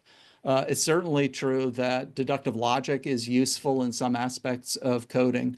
So that's been the theoretical principle that people have pointed to, and it has held up pretty well. The theoretical principle being you're going to get transfer to the extent that the constituent mental processes and or the particular knowledge overlap between the two domains. This is why, sorry, I'll just mention briefly as a comparison point, in many school systems, study of Latin was absolutely central through, in the 19th century. And the thinking was Latin is a very logical, orderly language in terms of its grammar. And so in general, you will become a logical, orderly thinker if you study Latin. And that was one of the first great successes of educational psychology in the early 20th century, where Edward Thorndike followed up on students who had taken Latin versus students who had not, and looked at their success in future courses. And he found Latin didn't really seem to help anything. The other view of Latin is kids don't like it, and so that's probably a good reason for them to study it. But I don't ascribe to that particular philosophy of education. Oh, thank you. To follow up on that, we have a question about what else, apart from knowledge, we need for critical thinking. How Yeah. to teach domain-specific critical thinking on top of building content knowledge. So I'm super excited about this question.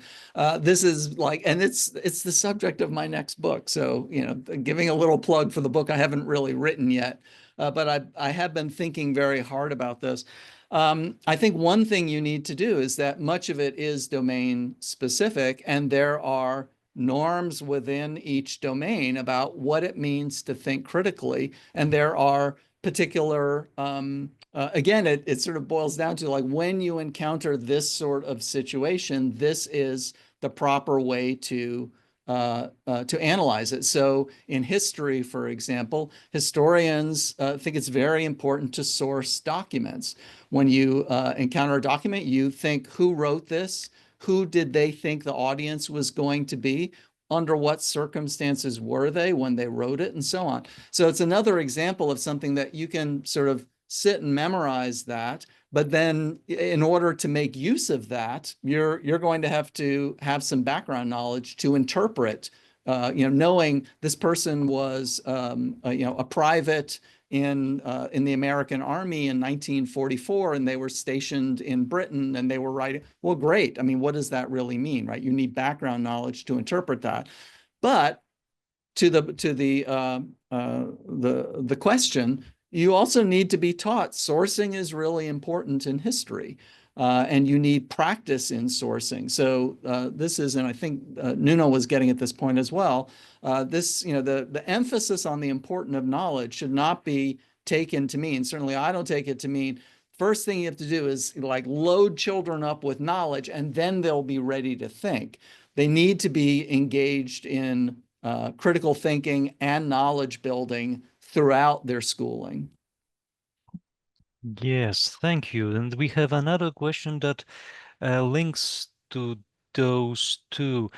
Background topic knowledge matters, but how much of knowledge is optimal? We only have limited time in the classroom and Yes. pupils' limited attention span plus limited memory capacity. 100%. Yeah. Yes, very, very, very important question. And this is really a question, and I'll expand on the question a little bit. It's not just what, you know, how much is optimal, but which knowledge. And this is a question that frequently comes up in this context. Who is choosing this knowledge that we're emphasizing that that children ought to know? There are a couple things I'll respond with. First, well, actually, I'll respond to both the same way. I mean, this is a serious part of curriculum planning. And if you're a curriculum planner, you do have to accept children are not going to be exposed to everything. And there's some type of knowledge that, as we've already heard, you really want at your fingertips. It needs to be practiced a lot. It's very, you know, so math facts is a standard example. That's going to take time as well. And so hard decisions have to be made when you're developing a curriculum. It isn't the case that you're going to have time for everything. For sure. If you would be so kind, I would like to ask some more questions to you all three after Tim's presentation, because now we have time for Tim's part. So Tim, welcome, and the floor is yours. Great, thank you very much indeed, and what a pleasure to be able to join today. Thank you for the invitation, and a real privilege to present alongside Nuno and Daniel. I'm going to move in a slightly different direction, but also coming last, I'm going to use my prerogative just to answer a couple of questions as well that I would have wanted to provide an answer to. But I am going to, in my presentation, look at why we've got to where we are in terms of educationalists, policymakers, society, schools, teachers regarding knowledge the way they do?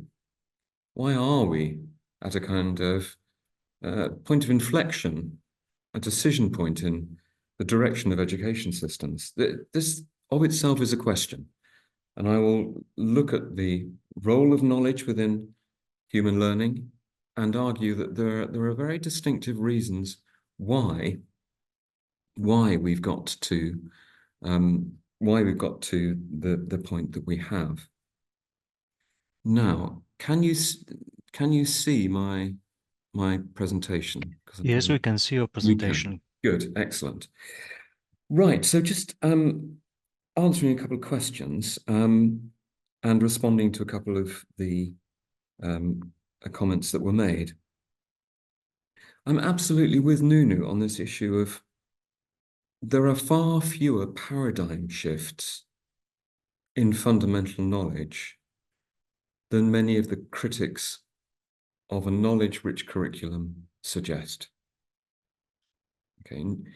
Yes, human knowledge is expanding rapidly, but the fundamentals of a foundational education for young people, that the things that should contain, things that we should choose to put in them, I will argue later, really aren't changing that rapidly. Now, I test this out with my colleagues in Cambridge.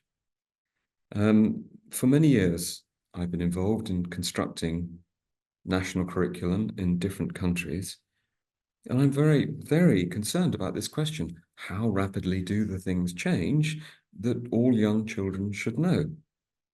The answer is they change very slowly.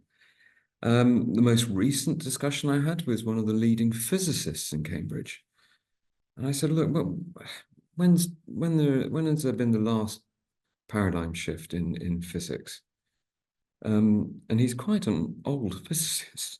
He said, well, there hasn't really been one in my lifetime. I said, well, what about high density physics? He said, no, not really. What about fusion? No, not really. A superconductivity, possibly.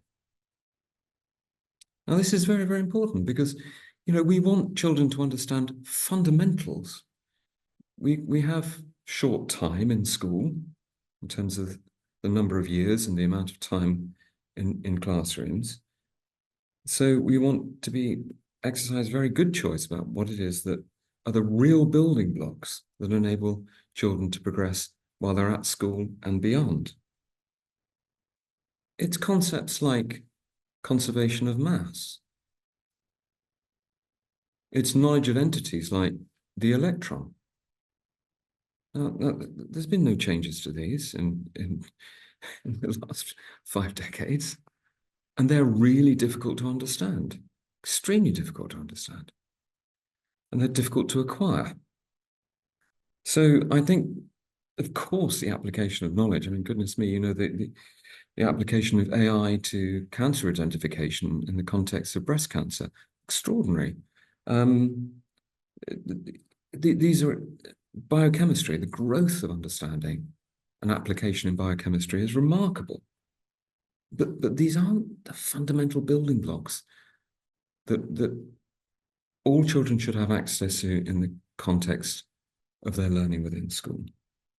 They may be motivating contexts that the teacher talks about in order to motivate children to engage, but beneath this are principles, core knowledge, the fundamentals of disciplines. That's the first thing. PE. Nunu, you were asked about physical education. Well, I'm a climber. I'm engaged in very, very dangerous activities.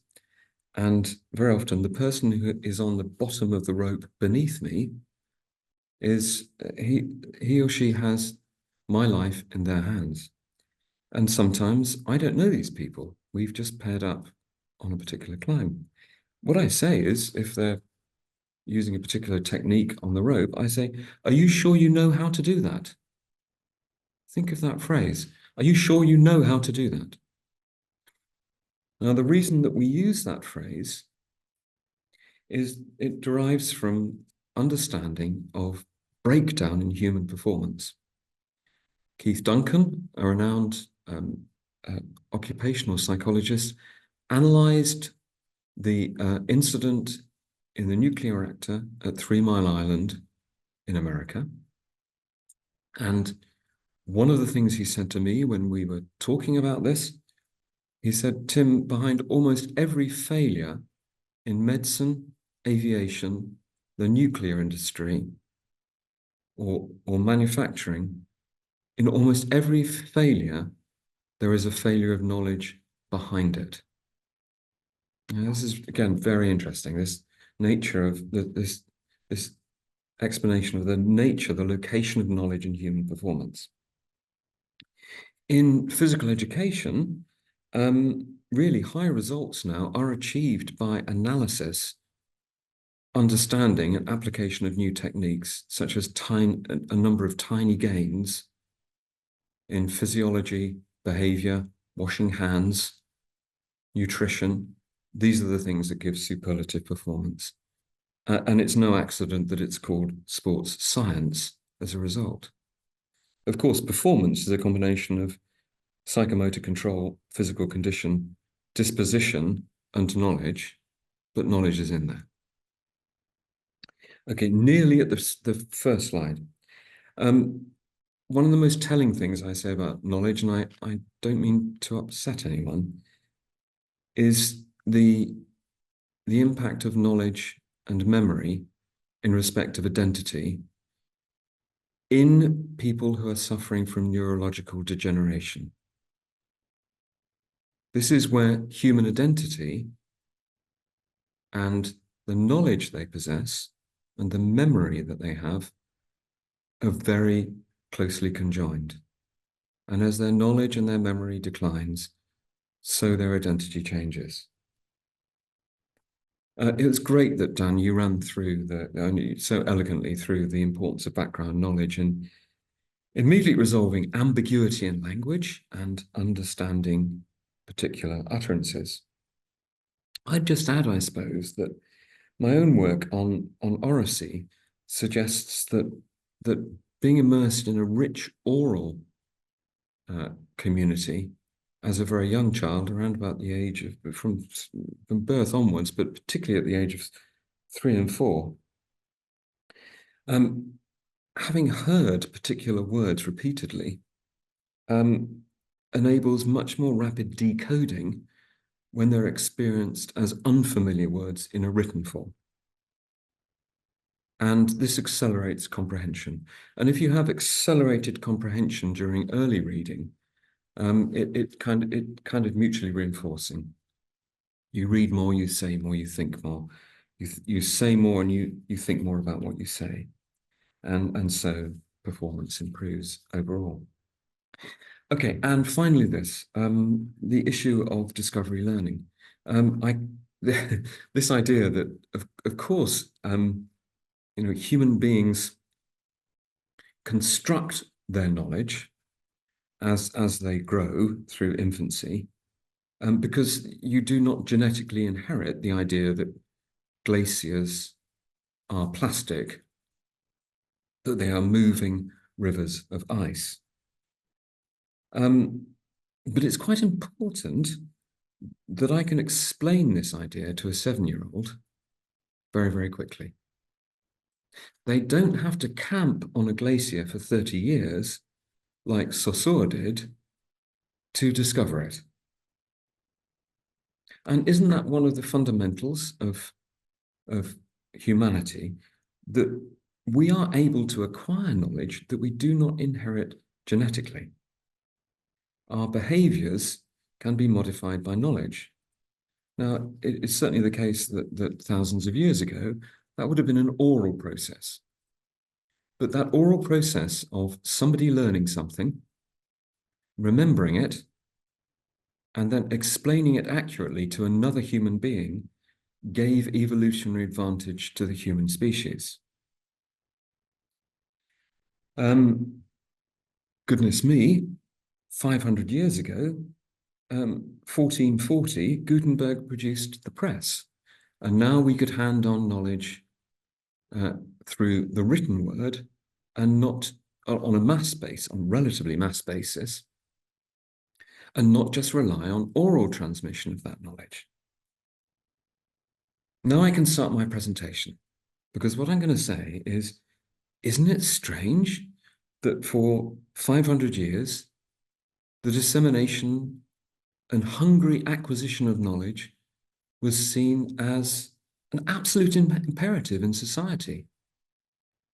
It was what people wanted to do. They wanted to read newspapers. They wanted to read books. They wanted access to knowledge. And much of that knowledge was about how to do things, how to do double-entry bookkeeping, how to maintain a bit of machinery, manuals, fantastic, extraordinary. And I wonder how we got into a position where some people argue that the acquisition of knowledge by humans is now subordinate to the idea of being able to do things, and that knowledge simply needs to exist out there and be accessed when needed. I think it's quite odd. It sounds trivial, but I occasionally say, yeah, I'm absolutely committed to a new curriculum that enables children across all subjects to know less. Because that sounds very, very strange when you say it. But actually, that is the position of some educationalists. So let's see why we've got there. Why has knowledge rich required reassertion? Well, I believe part of it is a failure of theory. So I think both Nuno has spoken from the empirical evidence from the large-scale surveys and the trajectory of development in Portugal and other nations, demonstrating that a move to a competence-based curriculum has seen deteriorating equity and attainment. Dan has talked us through the structures of thought which indicate the primacy of knowledge in human performance. So why have we got to this position when there's both empirical evidence and empirical theoretical evidence that knowledge is so fundamental? Well, I believe the first is a failure of theory. Now, it is certainly true that if we think about the growth of the distribution of knowledge from Gutenberg onwards, it was certainly the case that acquisition of knowledge was easier for more wealthy people and more powerful people. And the reasons why particular bodies of knowledge were created, the reasons why they were those fields of knowledge were possessed by particular people and not others, is all to do with power structures, all to do with social inequalities. So there has been some confusion in the philosophy of knowledge, the sociology of knowledge, between powerful knowledge and knowledge of the powerful. The assumption is that if knowledge has been created by a bourgeois elite, then the knowledge itself should be suspect. But this is a logical fallacy. Powerful knowledge is knowledge of deep structures in the natural world and deep structures in the social world. Now, knowledge in the social world and the natural world differ fundamentally. I won't deal much with that today, but Roy Bhaskaar's work shows us that they are different. If we look at scientific knowledge, knowledge of the natural world, it is the knowledge is powerful because it explains deeper structures that lie beneath the surface appearance of things, and the surface appearance of things are essentially misleading. Now, the simplest one of those is just, if I go out tomorrow morning and the sun is rising in the east, it really does look as though the sun goes round the earth. I mean, it really does. And it's actually quite difficult to prove the theory of the heliocentric theory of the solar system. It was very hard-won knowledge. And And yet it's absolutely essential that a child understands this. If they don't understand this, there are all sorts of things that we can't adequately explain. It's a fundamental understanding of the nature of the universe. It's real. We know it's out there. It's the true configuration of things, but it's contrary to everyday experience. That's what science is. That's why it's so extraordinary. That's why it's powerful knowledge. It's powerful in another respect, in that many of the elements of the key sciences in the natural world, in natural science, are highly generalizable.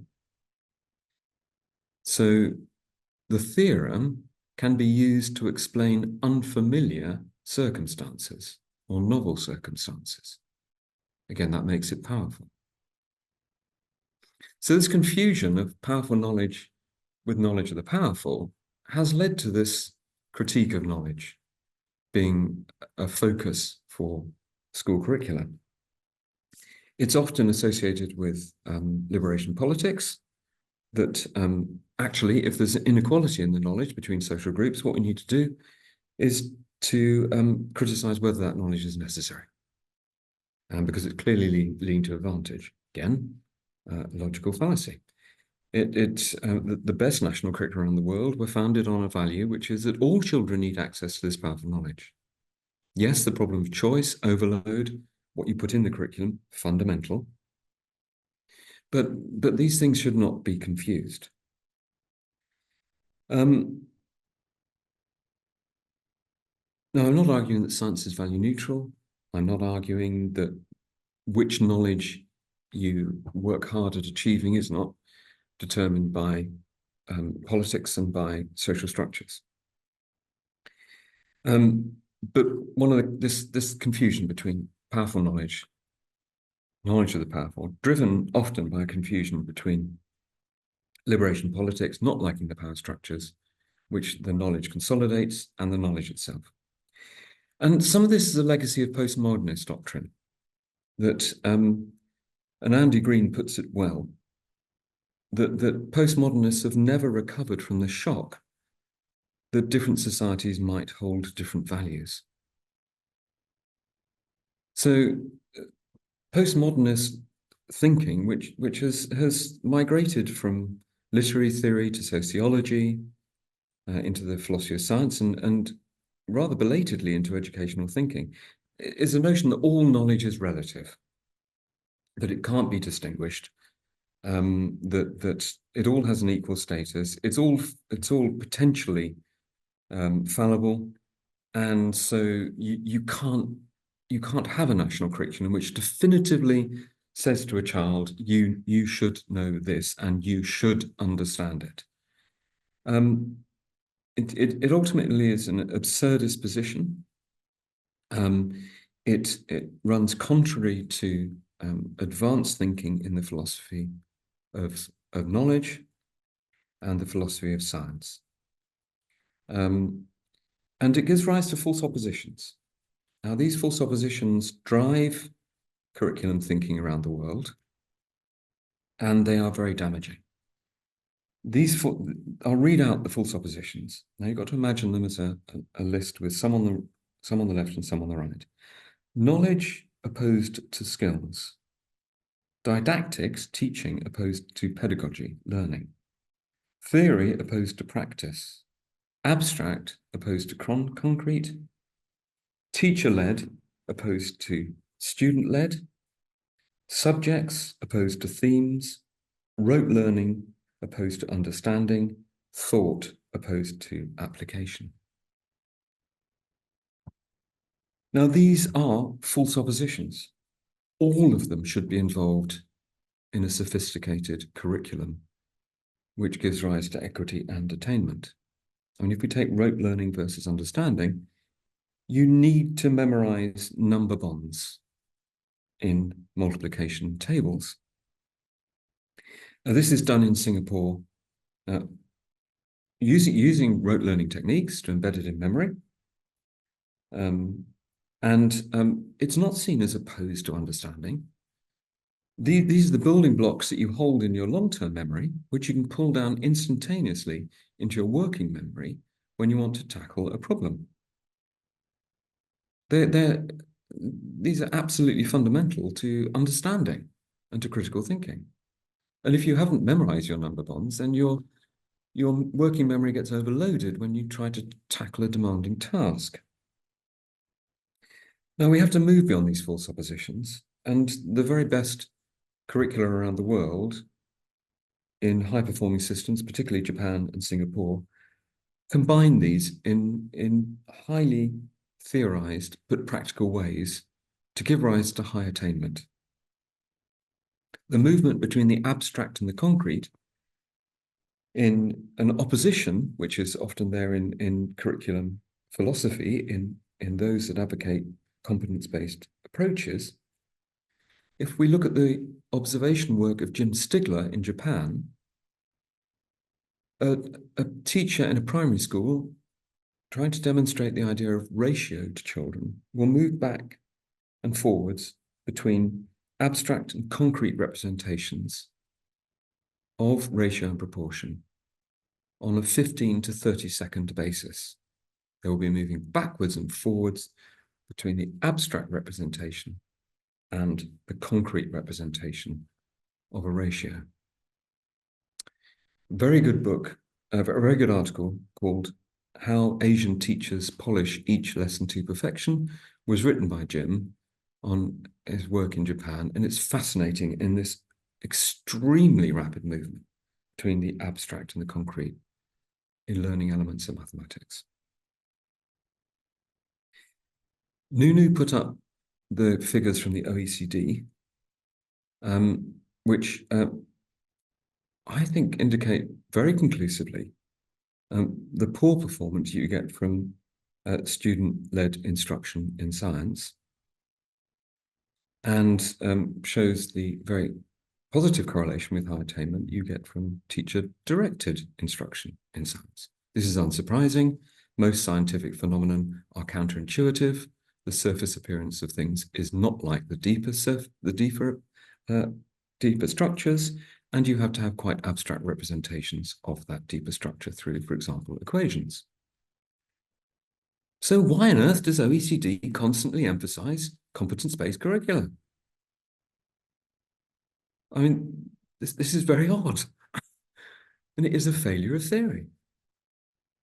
And this then, and Eckhart Klima did work on this, on TIMSS and PISA data, which showed that, yes, OECD has rightly emphasized the PISA items being items which require application of mathematics, but he found those who were most competent at those problems of application were kids with the highest level of abstract understanding of mathematics. So I have not understood the OECD position on competence-based curricula, and I've argued strenuously with Andreas Schleicher as a result. But notably, they are now emphasizing knowledge far more. The second failure is a failure of the sociology of education. They have been captured by particular institutions and groups like OECD. So they've strongly emphasized particular messages. Unfortunately, a lot of this represents a poor commitment to scientific accumulation in respect of theories of learning. Many contemporary postmodernist educationalists will deride the use of findings from cognitive science, saying they're all associative studies, that we can't relate human performance to brain activity. Even when you do MRI scans, even though a particular area of the brain has been excited, that doesn't prove a thing in terms of what we should do in the classroom. These are commonly heard statements at conferences, but they make no sense. Daniel and Nunu, who have bridged between cognitive science and practical curriculum theory, the formation of national policy, and pedagogics and didactics. What we've seen is a poor commitment to scientific accumulation. We've also seen poor use of transnational comparisons. Multiplication tables. England introduced multiplication table, the memorization of multiplication tables as a requirement in the revised national curriculum in 2010. They introduced into schools a national test of multiplication tables, multiplication facts, not as a test to hold schools to account. It was a check. It was a check that each child had actually memorized their times tables. A number of educationists said, well, that's not true in Estonia. Estonia's got a competence-based curriculum. And I'm afraid I had to put them right. I've analysed, not only did I lead the review of the national curriculum, which led to the incorporation of this in the primary school curriculum in 2010. I also studied word for word the Estonian national curriculum at the time, and that required the memorization of times tables at the same age as the curriculum in England. Poor use of transnational comparisons. I'm afraid I have endless stories about how Finland has been very badly misunderstood. And many of the stories about Finland are completely inaccurate. And I've written extensively about this. But this has led to all sorts of claims about moving from a knowledge-based curriculum to a competence-based curriculum. And I'll finish in a moment on some of those comparisons. So there's been a failure of theory. There's been a failure of sociology of education, captured by particular groups and institutions that have a powerful voice. And the third is a failure of policy formation. Within the policy formation community, of which Nuno was a part, but he was a part at a time when the country was really thinking hard about scientific accumulation, thinking very hard about powerful knowledge, and really triaging the science of pedagogy and didactics really well, I think. But typically, there's been very poor triage of the science of pedagogy and didactics. By triage, I mean a politician saying, what should we do? What should we encourage schools to do? And poor triage in schools themselves, of selecting the theories, the operational theories that they want to use on a minute-by-minute basis in the classroom. I recently did a lecture in a very, very disadvantaged area of England, talking about phonics-based approaches to early reading. And we'd invited a whole series of primary schools into a secondary school. This school was having real problems with children coming up from primary school with very poor reading. After I'd run through all the evidence on phonics-based programs, one of the teachers put their hand up and said, does this mean the government's right about phonics? And I said, yeah, absolutely. Everything that's been done in England on reading has been based on really solid science. And this teacher said, well, we've had such mixed messages as professionals. We've heard so many researchers saying that the claims that the government's making about phonics are wrong.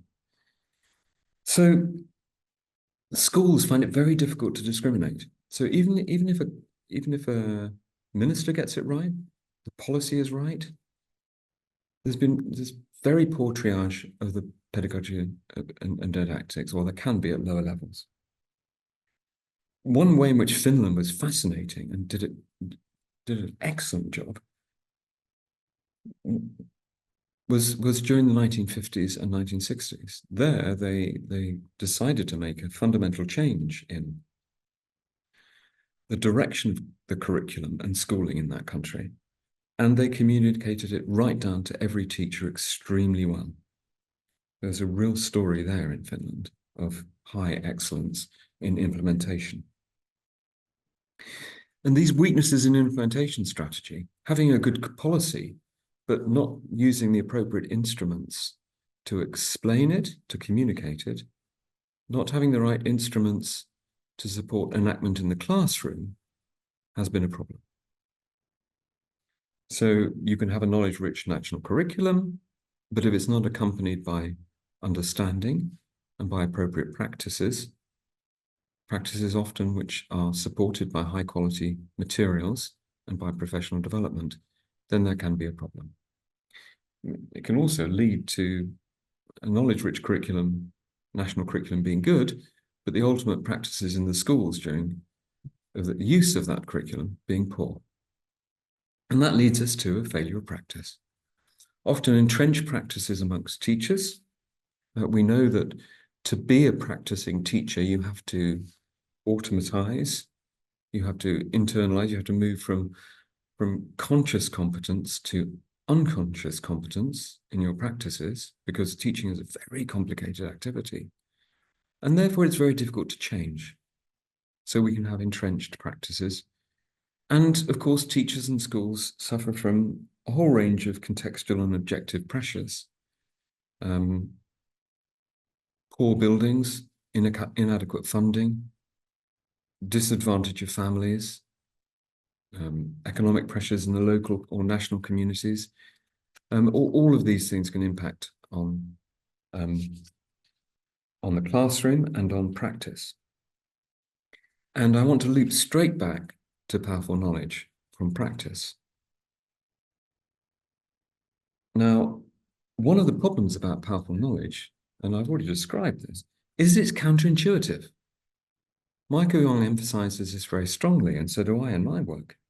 Most powerful knowledge is powerful precisely because it's counterintuitive. Indeed, the earth does go round the sun, but it doesn't look like it. Indeed, people with a different color skin can be just as intelligent as somebody with another color skin. So, and yet these are, often these are counterintuitive to people. Now, if the majority of what we want children to learn at school is counterintuitive and is contrary to their lived experience, which, by the way, is why they're at school. If they could just get everything that they needed through everyday experience, we wouldn't send them to school. So if powerful knowledge is counterintuitive, then it's hard to acquire.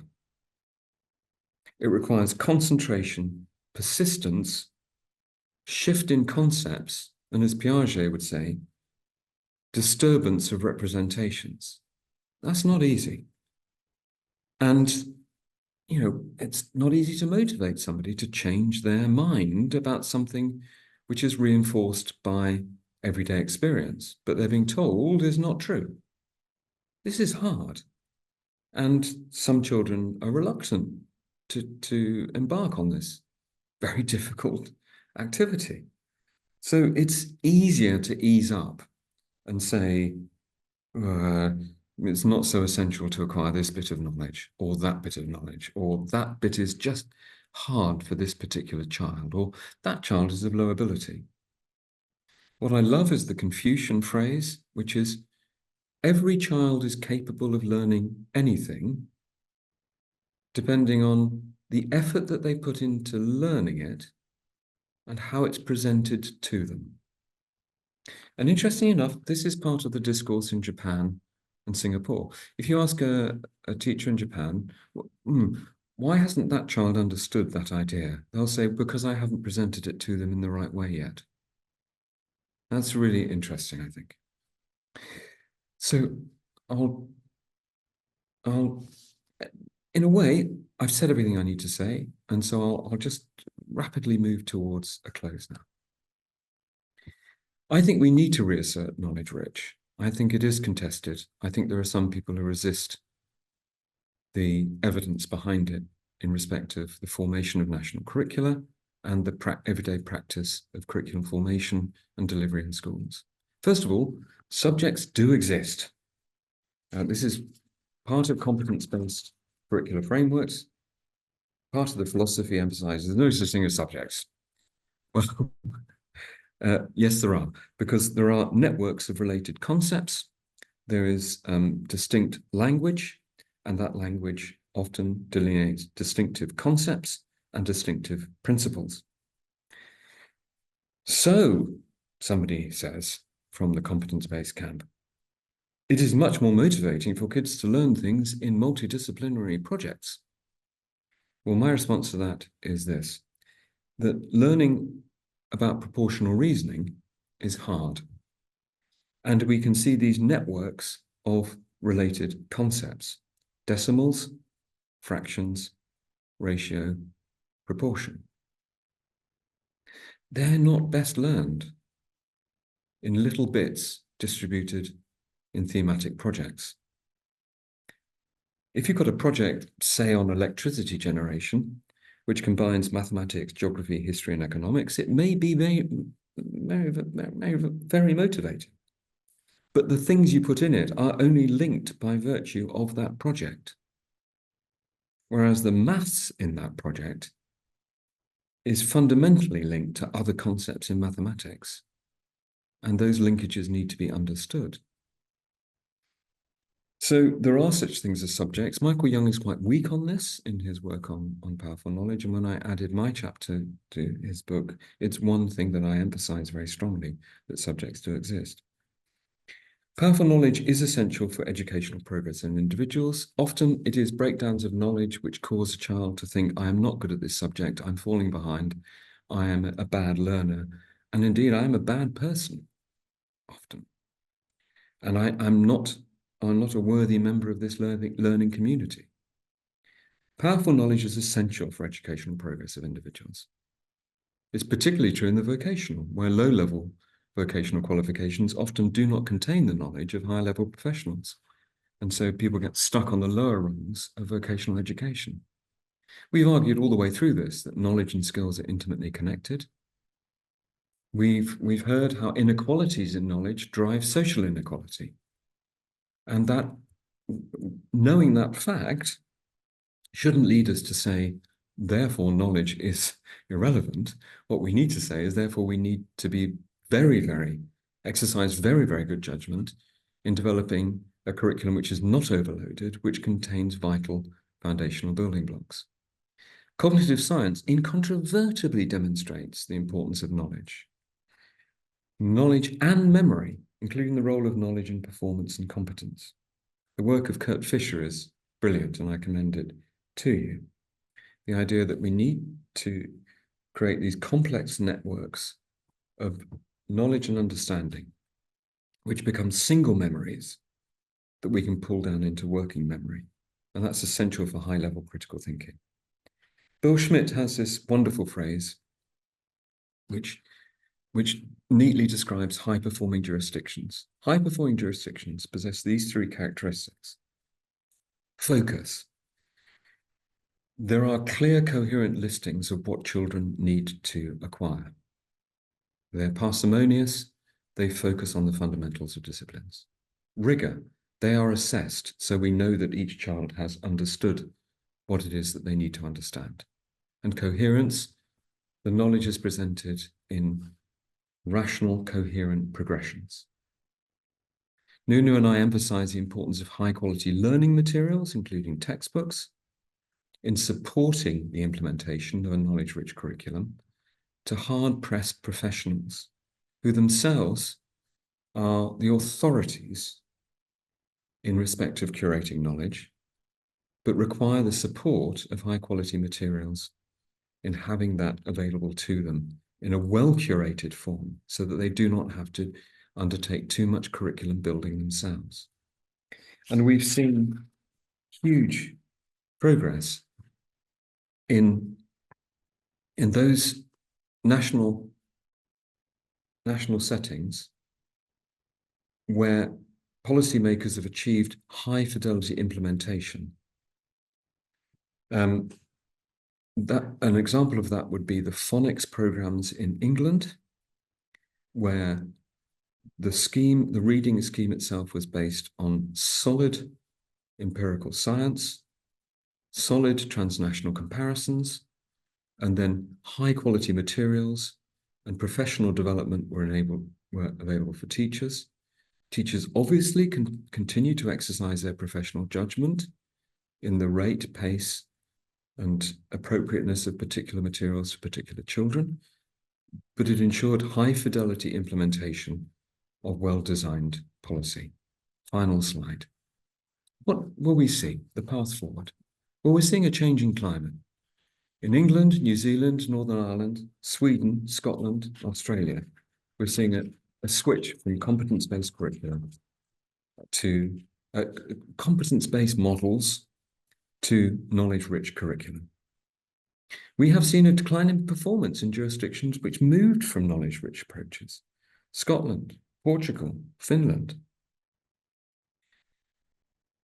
This all adds up to a renewal of interest, thank goodness, a reassertion of knowledge-rich curriculum models. Of course, there's a recognition of the reality of decision-making and social consensus building, which is needed for revision of those curriculum models. You know, we need to have these discussions of the kind we're having today.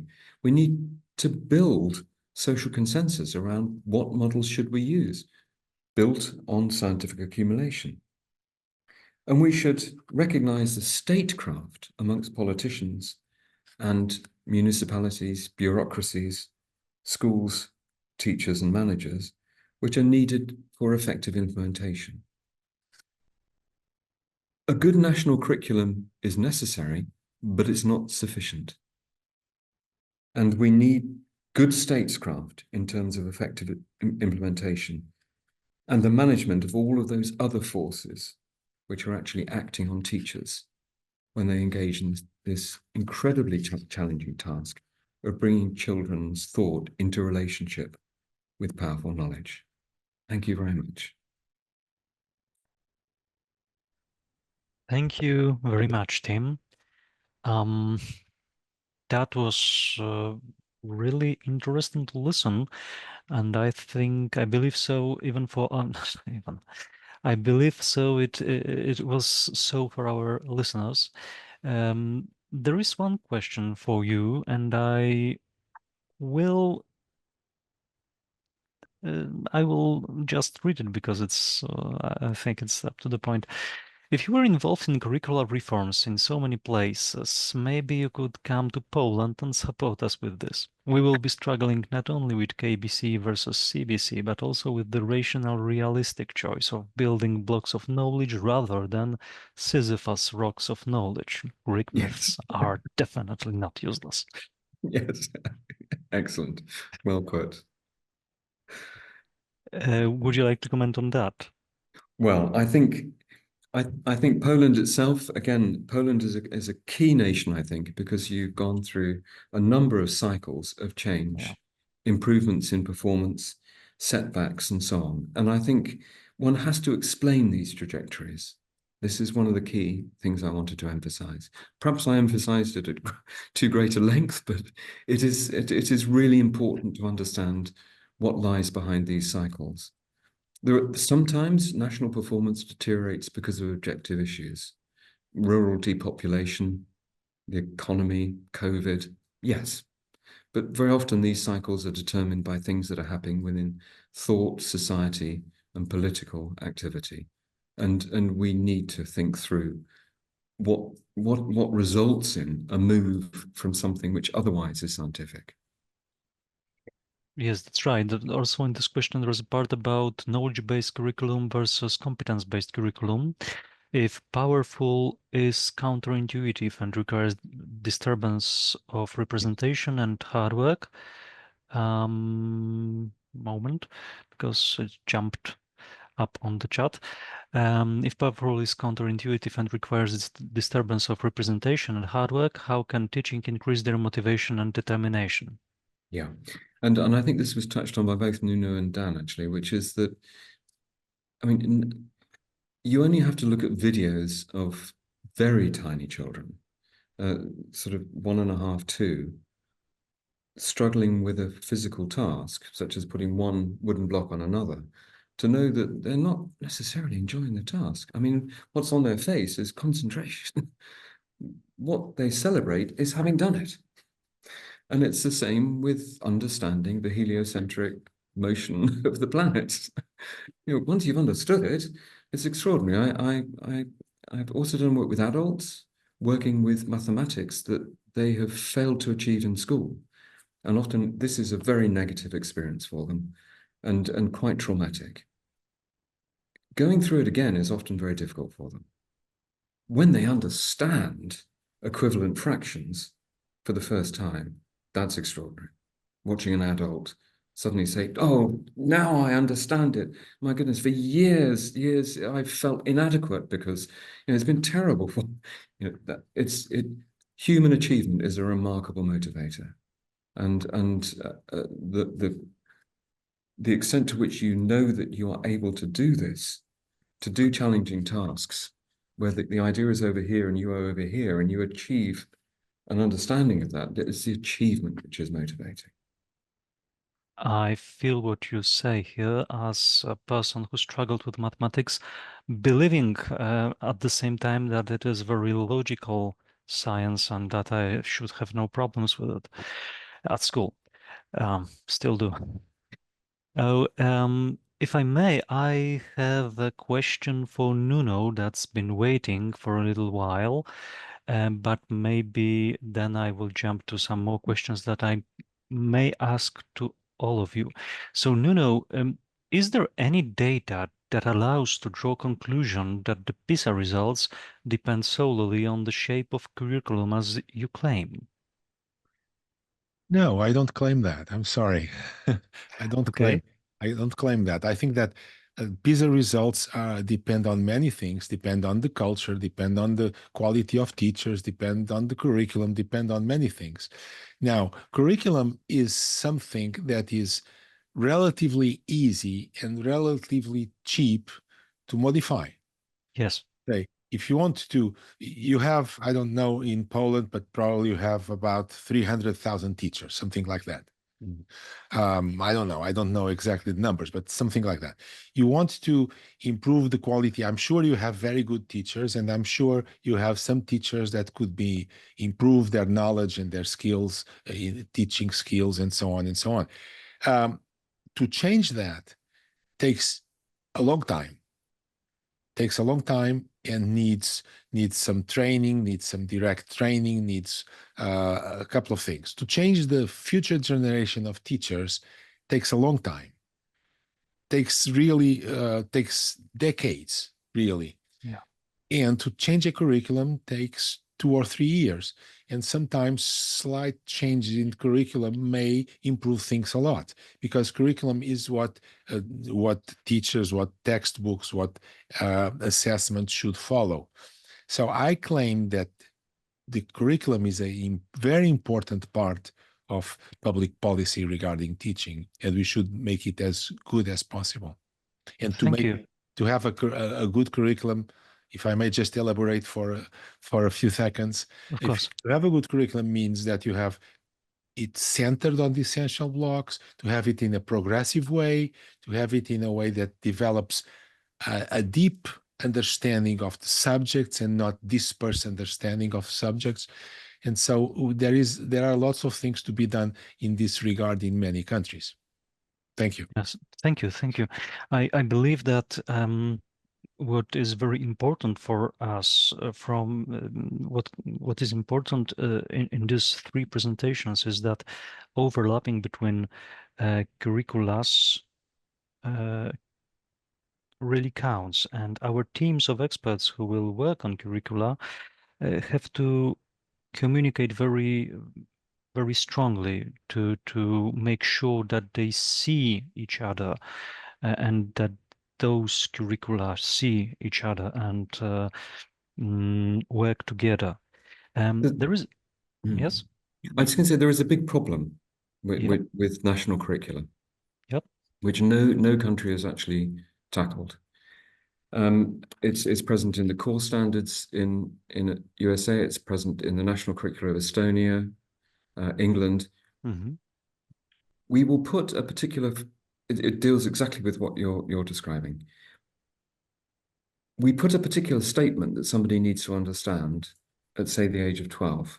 Let's say something to do with magnetism. Yes.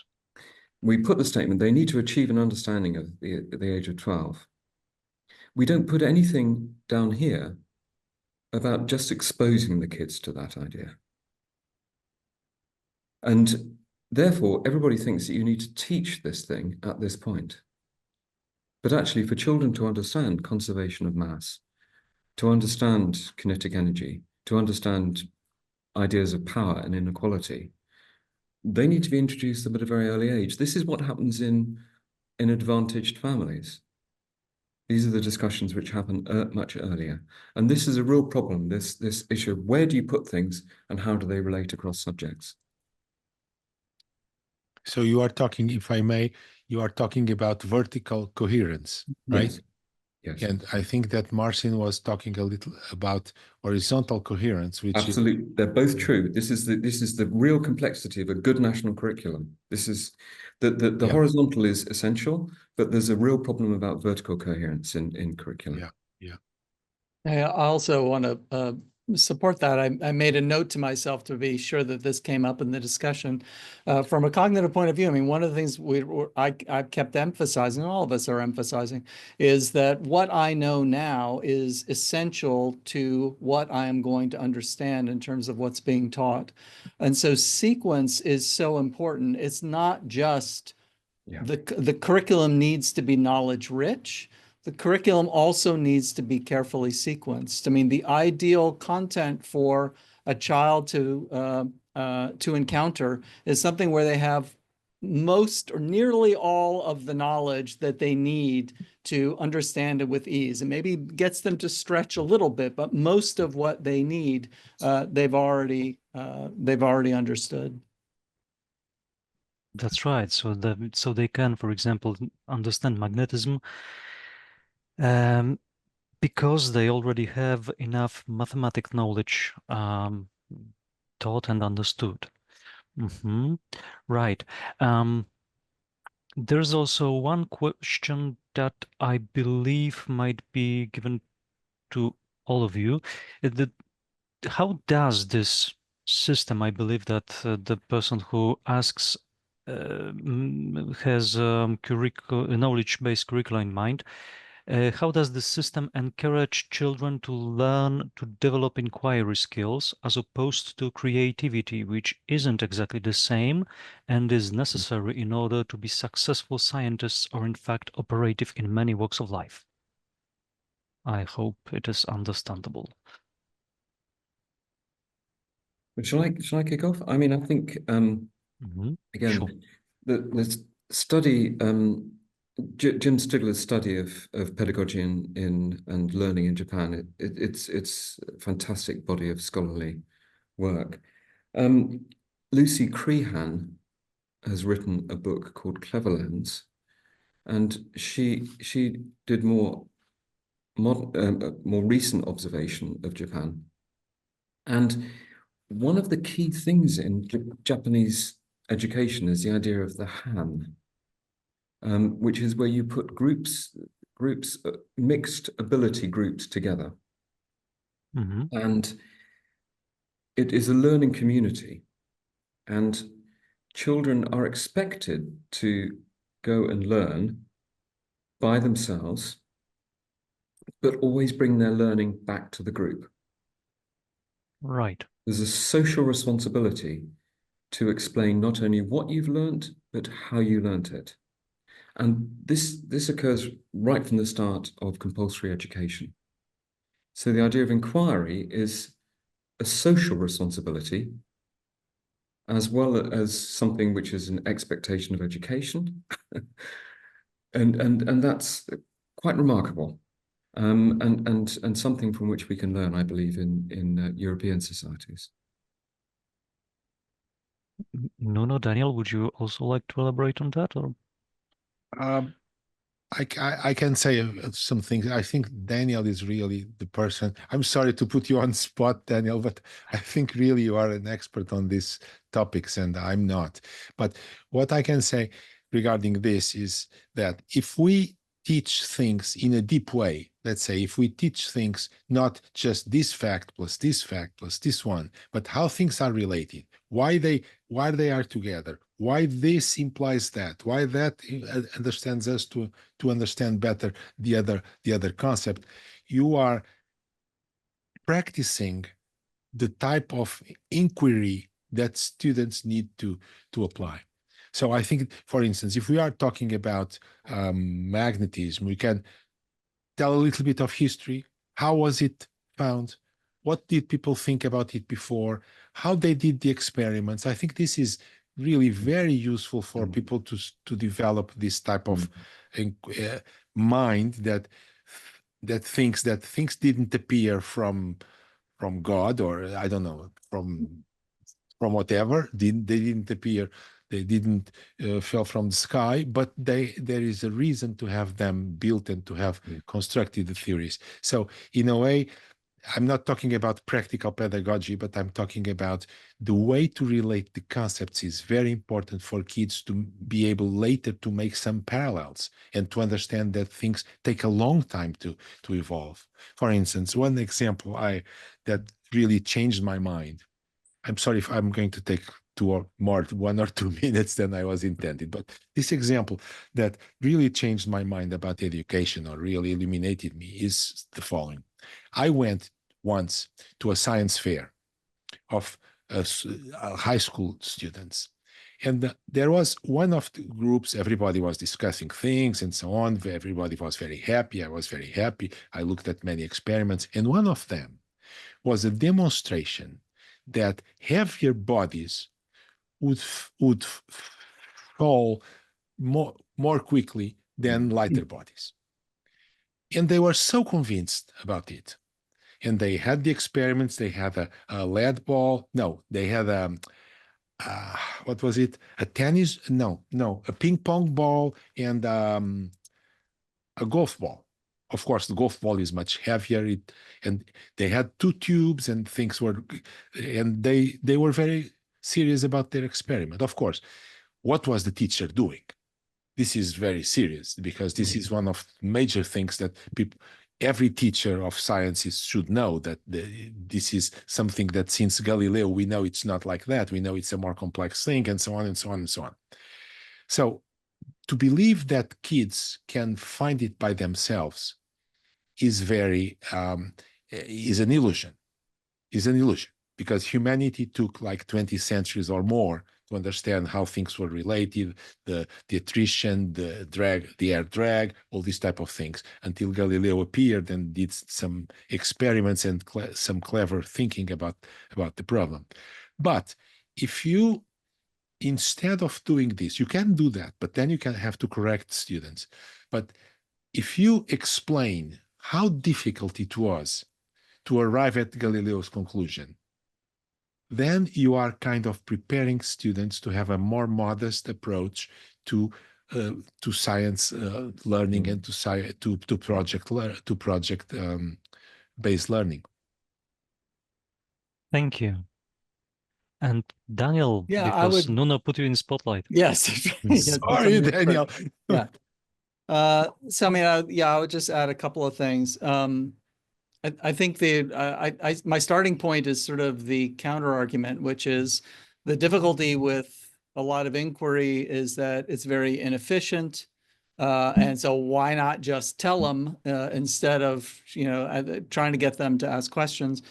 And then also they may draw the wrong conclusions. And so in response to that argument, I would say there are a couple of things that immediately come to mind. One is that I want my students to develop a habit of mind of asking questions and of inquiry. And I don't want them to think school is a place where nothing happens except I'm told things, and I don't myself ever grapple with ideas and figure out what comes next, which is a good way to go.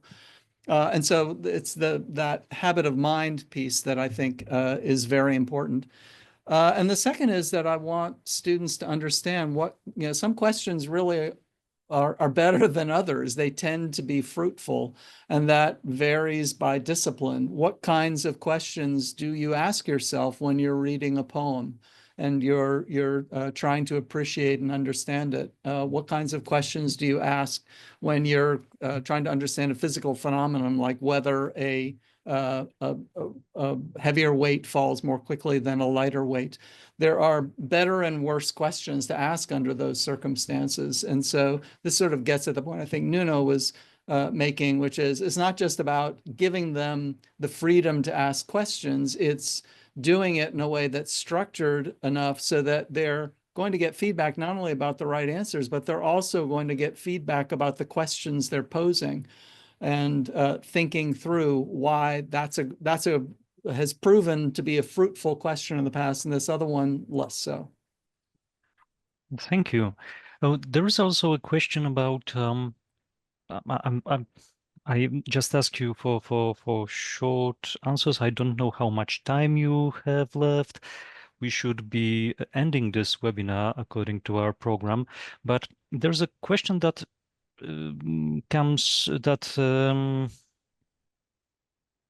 touches competences and knowledge, and it's about should competences be included in curricula at all? If yes, how to wisely and effectively incorporate them? Yeah, and I'll dive in. I mean, many of the things that are listed in national curricula are themselves performances. We want children to do this, and so those are naturally competences, and they combine knowledge and skills and the understanding of concepts, fundamental operations like reading material, understanding, comprehending it, writing elaborate texts, and so on. So again, we can easily lapse into false oppositions. These oppositions between knowledge and skills, between theory and practice, thought and application. And if you read a national curriculum, that they're a combination of bodies of knowledge, concepts, principles, fundamental operations, and so on. So competences are intrinsically bound. I think Nuno put it right, Nuno put it in the correct way.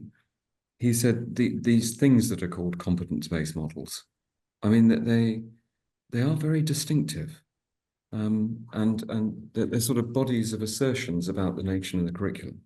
But a really effective national curriculum is a rich combination of competence, knowledge, performance, theory, concepts, fundamental operations, and so on. Thank you, Tim. Daniel, Nuno, would you like to say something more on that? Well, I completely agree with what Tim said. And my point is that we should have that combination, but the structure of curriculum should mainly be driven by knowledge, by the structure of knowledge, and not by dispersed competencies. That's like, in a nutshell, that's what I think, is that the structure, in order to be able to relate concepts and to have a deep understanding of things, is the structure of knowledge. Mm-hmm. Yeah. Yeah, ditto. I love what both of you said. Okay, thank you. So I'm very sorry, but I think we should be ending this webinar right now. I'm so grateful to you, We are Tim, grateful. Nuno, and Daniel, that you've accepted our invitation and decided to share with us your knowledge and experience. I hope so much that it isn't the last time that we might host you here together, and that in a short time we will have an opportunity to do something together once again. I will now switch to Polish, if I may, so to say goodbye to our guests and say thank you. Szanowni Państwo, to już niestety jest czas, że powinniśmy kończyć nasze spotkanie, chociaż no, tematów jest bardzo dużo i myślę, że dyskusja, która się zaczęła wywiązywać, mogłaby jeszcze potrwać i byłaby super pasjonująca, ale niestety wszystko co dobre musi w końcu się zakończyć. Natomiast liczę na to, że będziemy mieli okazję spotkać się z panami profesorami jeszcze w przyszłości. Ponownie zachęcam do tego, żebyście Państwo zajrzeli na nasze konto na YouTubie, żebyście Państwo śledzili naszą stronę internetową Instytutu Badań Edukacyjnych. Mamy tam nasze webinary, które do tej pory mieliśmy przyjemność przeprowadzić, w tym wspomniany przeze mnie webinar z Nuno na temat portugalskich reform edukacji. Bardzo serdecznie Państwu dziękuję za przybycie i za wysłuchanie naszego spotkania, za zadawanie pytań w trakcie. Przepraszam, jeśli któreś pominąłem, to nie ze złej woli. Przepraszam, jeżeli któreś przekręciłem, to pewnie niedostatkiem mojego języka angielskiego. Bardzo Państwu serdecznie dziękuję. Liczę na to, że będziecie Państwo pojawiali się na naszych kolejnych spotkaniach. Już teraz mogę Państwu powiedzieć, że 12 grudnia, no nie, chyba nie mogę jeszcze powiedzieć, że 12 na 100%, ale w grudniu będziemy mieli małą konferencję podsumowującą dotychczasowe prace nad profilem absolwenta. Pewnie kolejne, większe będą miały miejsce w przyszłym roku, na początku. Także serdecznie zapraszam do śledzenia naszych stron, do śledzenia naszych informacji. Nuno, Tim, Daniel, once again, great thank you for your involvement and hope to see you soon. Państwu również bardzo dziękuję. Do zobaczenia, do widzenia. Julianie, będziemy kończyć. Dziękuję. Thanks very much. Thank you. Thank you. Thank you, Tim. Thank you, Nuno. Thank Thank you, you. Daniel. Thank you.